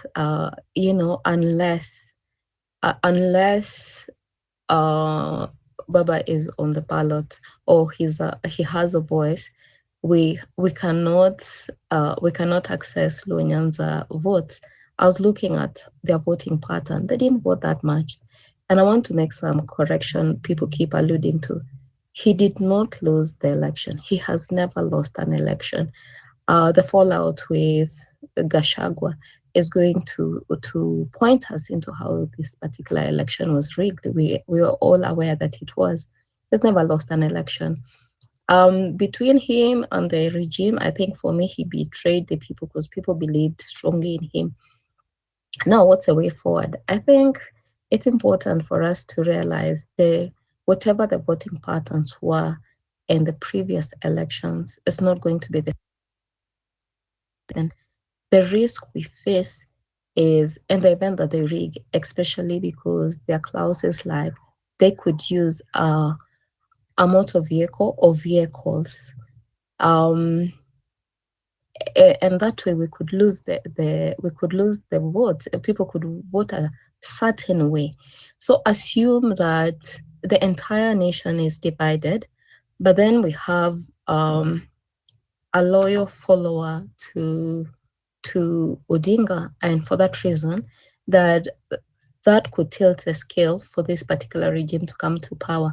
I don't believe the entire Luo Nyanza or whoever his supporters are, if he has lost support from people like us, I think he has lost very massive ground. So it's okay. I'm willing to test the challenge. That fine, as we pursue what is the way forward for 2027, we are not going to have votes from his bloc. Is it possible then for Kenya to take that as the gospel truth and consolidate support from other areas of the country? Now Kenyans are aware tribalism, chronism, following personality has not helped their life. If at all Kenyans want change, and it's true, we know there will always be loyal supporters, and we owe them respect because they are loyal for a reason. A lot of injustices has been done to him. Like I want to run a space where we give him his flowers, but at the same time we part ways, because we have to all agree that Kenya is bigger than anybody. If then Kenya is bigger than anybody, why are we still in shackles of, if he says And I want him to put, not, we shouldn't even wait for 2027. I just want us to embrace, without being angry, that we have been pointed to the fact that his supporters are definitely going to vote the direction he sends them. Then that way we know we have to put in more work to secure votes from other regions. But if you look at the voting pattern, even when he was on the ballot, they didn't vote as much. They have, if you compare the registered voters and the turnout was definitely. Risasi, I apologize. I wish data scientists, we were looking at the data. I'm Risasi, also I a data apologize. scientist. If that I've was just offensive, posted the statistics on the chat. In fact, that's why I'm rejecting whatever you're saying. So just check the Jumbotron. And I asked Fabish to fact check you. Okay. I thank you for that correction. But anyway, moving forward, what personally I strongly believe is that, and especially it was reported, I was also checking some clips from a media house. Moving forward, I think we should agree and we shouldn't fight about it. And we shouldn't decide that this is the end of the road, because his loyal followers will not embrace what we want. We have a country in dire need of change. So can we try and pursue the change, adequately aware that there's a particular bloc that will not put in the votes with the rest of the country? And there's nothing wrong with that, because we have to respect the freedom of choice. And then now we know that the strategy is civic education on the ground, and fully aware we have people, we need to respect their opinion and their position. Fine. I think he's also capable of changing his mind. Assume AU flops, and I'm sure he will flop at AU. I'm certain he'll flop. If you look at the number of people, head of states who are invited by whoever is fronting him, did not turn up for that dinner that night in China. And that was the intention of their trip together. And when you look at even the reporting about, I can't remember, there's a media house that reported that the Djibouti guy is definitely a front runner. So that said, let us not decide that there's no way out of this. We know people are fatigued in terms of protest. We need better planning. We need to resolve and put our heads together. What is the plan moving forward? What are the threats? How have we dealt with them before? I tend to think, including ourselves, we need civic education. We need to take a responsibility. We can't leave it on anyone. We need to continue educating people about, especially the land issue. I don't know anyone who wants to lose their ancestral land, the agriculture and livestock bill. I don't know anyone who will say, oh, I think it's a good idea that we cannot replant our food. So we can look at the pressure points for every single community and decide way forward, educate them on this particular pressure point. They will own the need for change. We've already seen from impeachment, what was it? I forget the word, but when they went out to get opinion from the public, people all over from every corner of the country, we realized that majority of the word is out. Before, the bloc that we were scared of was the older folks. But the older folks, we had an argument with Fabish before, where Fabish was saying, oh, I think he has a ground in Rift Valley. And I said, the ground shifted. And when this came up, I said, did you see the news? Have you checked it out? So we want to assume that a Kenyan is of strong will, which we are. But then again, we have a fixed mindset. I don't think so. When you look at the education funding model, which parents want to decide, okay, fine, I'm going to go with whoever Baba supports, yet school fees for my child is going to be more expensive. And then also there's the demography. So I tend to think that there is a way. I don't believe this regime, first of all, I don't believe they'll pull through 2027, and I don't think they're going to be on the ballot. That's my 2 cents. Thank you.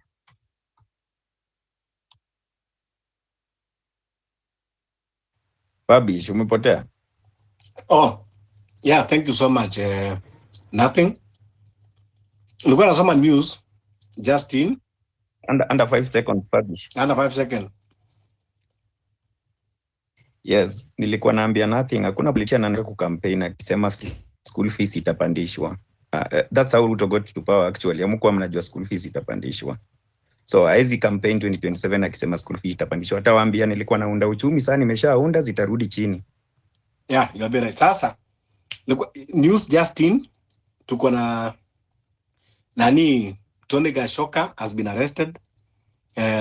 Leo Tony Gashoka was the petitioner kwa kesi ya ndani, and today the petitioner managed to win the case. I mean, actually, he was awarded a conservatory order against Andani, and now as we are speaking, police wako kwake, more than 20 police officers wanazingira kwake, is being arrested. And in another breaking news, Mama Samia Suluhu Hassan ameomba Tanzania kuwa wanahitaji msaada wa Kenya iwasaidie kupigana na corruption. Hey, yani, people can be very unserious in this world. Anasema ati anahitaji msaada wa William Ruto kupigana. Hey. Rabish, are you serious on that, Samia? Very serious, very serious. Yes, it is serious. But I don't think what she's actually asking for is help to deal with corruption, because they're also embracing Adani. They have healthcare issues. We were on a space with them last night. I think he's looking for backup to fight the protesters, but because they cannot announce it as such, last night they were analyzing. They said when it comes to the number of police men they have, the number of aircrafts they have, and I don't know, 7 are not working. There was a very definite breakdown. I tend to think she panicked, and they're looking to get backup, and especially because on their space they said during the Gen Z protest, their police were used to kill in Kenya, and I think it was reported by some policemen, both police from Tanzania and Uganda as well. So I don't think she's looking to fight corruption, because the globalists have gone into agriculture, into healthcare. I think she's looking for a security support. Thank you. Yeah, let's go to Wanjiru. Rubbish. Yeah, the hunter. Thank you, Vabish, and everybody. I'll be very brief, indeed very brief. First, I want to be very sorry to the Constitution of Kenya because of lack of justice to our Constitution. First, for the arrest that has happened against our brother, Tony Gachoka. 2, I want to state as follows, that number 1, there are 3 evils in Africa under the world. Largely, we have racism, economic exploitation, and militarism. And in our country, actually, you replace it with ethnicity. There is also economic exploitation. And also, we have injustice against our very law under the Constitution, the very serious evils we have in our country. Number 2, in respect to that, I want to say that Raila Odinga is losing, and he will lose very seriously and terribly on the grounds that when you look at the position of AUC chairperson, which is principally the commission that is mandated with the dispensation of what is discussed and implemented, what is discussed and at the African Union, which has a president. We've had 4 AUC chairpersons, starting from Cote d'Ivoire, Amara Essi, and then we have Mali's Omar Konar, and then we have Gosozana Dlamini, and finally Faki, who comes from the very 5 most poorest countries, Chad. It is illogical for a person in the position of the Right Honorable Raila Amolo Odinga to have quest for the position of AUC chairperson, which does not add value completely to our society, our country, our nation, when indeed we need him most to complete the journey for liberation of this country from all the 3 issues that I have mentioned. It is very logical, and it is in fact not very happy of me to say that I am supporting Raila Odinga for that position.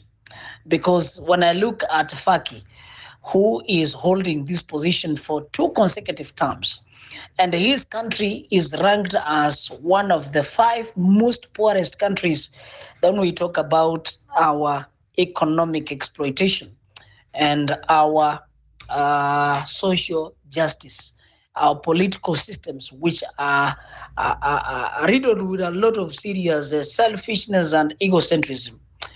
And finally, before I conclude, because I'm summing up, now that Raila is being pushed by William Ruto so that he can be able to choreograph a plan to get the position of 2027 as a presidential candidate, and as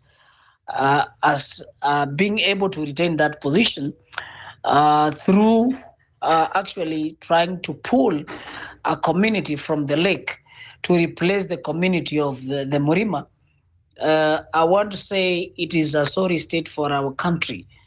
When you look at what is going on in the courts, our country is riddled with a lot of cases, suits against criminal justice, against human rights violations, against presidential term limits, which we are being pushed that we have only about 2-3 days to make our submissions in respect to a lengthening or trying to bring about a change in the amendment bill of the term limits for the presidency and all other call it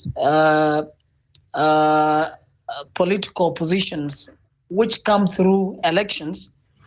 Raila Odinga could have thought in his finality that after having first the handshake with His Excellency the late Mwai Kibaki, and after also having a handshake with Uhuru Kenyatta, and now having been involved in the broad-based government, and we're having very serious challenges in the country that we need to resolve. We don't have a sober, outright, powerful opposition in our country.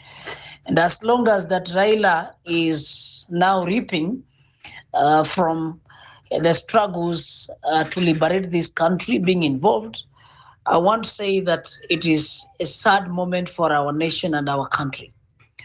Yes, the Constitution is there, is about now 14 years since its promulgation, but nothing is coming out of it. Talking of poverty, talk of the trillions of international and foreign debts that we are unable to pay, close to 11.3 trillion. Talking about the injustices against the young generation who are agitating for justice for this country in terms of the economy, social life, and also unemployment, and all what we are seeing in the country, which is the challenges that are bedeviling our country. It's really a sad moment. And finally, I want to say that the Kenyan Constitution that enshrines what we call social and economic rights, which include the right to education, health, and a decent standard of living, Today, somebody cannot ratify Adan and say it's the right process when we know that there are questions which are rising from it. It is taking over the airport, it's taking over the Ministry of Energy, it's taking over the health sector. And then you see all the CSs who are in government, starting from Duale, you go to all other ministers in the country who are being actively involved, including Mutua, Alfred, in serious politics when they understand the dictates of Chapter 6, the fundamental values of leadership and integrity, and also public service, being involved every minute in commenting politics and doing politics outrightly, forgetting that they are as public servants in the state. And because of that, then we'll realize that having had the constitution 14 years ago today, corruption is very extreme, mismanagement of our resources, including both financial and human resources, misallocation of these resources, misuse of these resources that we have in the country, and also economic policies that favor actually the wealthy, the elites who have entrenched inequality, and they have classified Kenyans into two states, the state of the wealthy nation and the state of the poor nation. And so that whatever that we may raise is not forthcoming. And finally, as I learned, the Constitution's promise was very clear, our brothers and sisters who are listening to me, that we have social justice, which has been portrayed today by the political elites. We cannot change that narrative. All these people that we are discussing about, the Mother Karuas of this world, talk of the Kalonzos, all these people belong to an organization called KANU. They are the blood children of an organization that brought this country into its lowest moments in terms of its democracy. We cannot today say that we are championing or we are discussing Mother Karua, who is a beneficiary in the Moi regime. We cannot say all this. It is imperative, it is very sad to see that we have a broad-based government which is picking people who retired from leadership the other day. The Governor Joe, Governor Oparanya, talk of existing members of parliament who are intentionally made to lose these positions, and they're given higher positions so that they can protect those the powers that be. It is illogical to realize some of you guys here who are very well educated, who have got vast experience, who have got serious intellectual capacity, who have serious, actually professional knowledge, who are supposed to be picked to get this country moving forward, are left out, and the people are made to resign. People are made to resign from government as a member of parliament. Talk of the finance minister, John Mbadi, a nominated member of parliament. Talk of this our brother, Opiyo Wandayi, the energy minister. They are made to resign from the position. The positions are vacant and they are not filled because we don't have IBC, and they are given higher positions. And then you say we are having a broad-based government when we have very serious men of value who can be able to take these positions. It's very sad. And the way forward, let us continue agitating for the young generation to ensure that they have they register and they get their IDs and also get the voters cards as we prepare to bring somebody who has not been in the Moi's organization to lead our country. Else, we will be discussing these issues, and if we cannot have the serious strategy on how best to liberate this country, the organization that exists will want to last forever as long as they protect their values and the values of egocentrism, selfishness, and inheritance of their generations. Thank you. Thank you so much. The hand. Hey, Wakenya bana. You said you'll be very brief. Anyway, you have injected a very productive submission there. Yeah,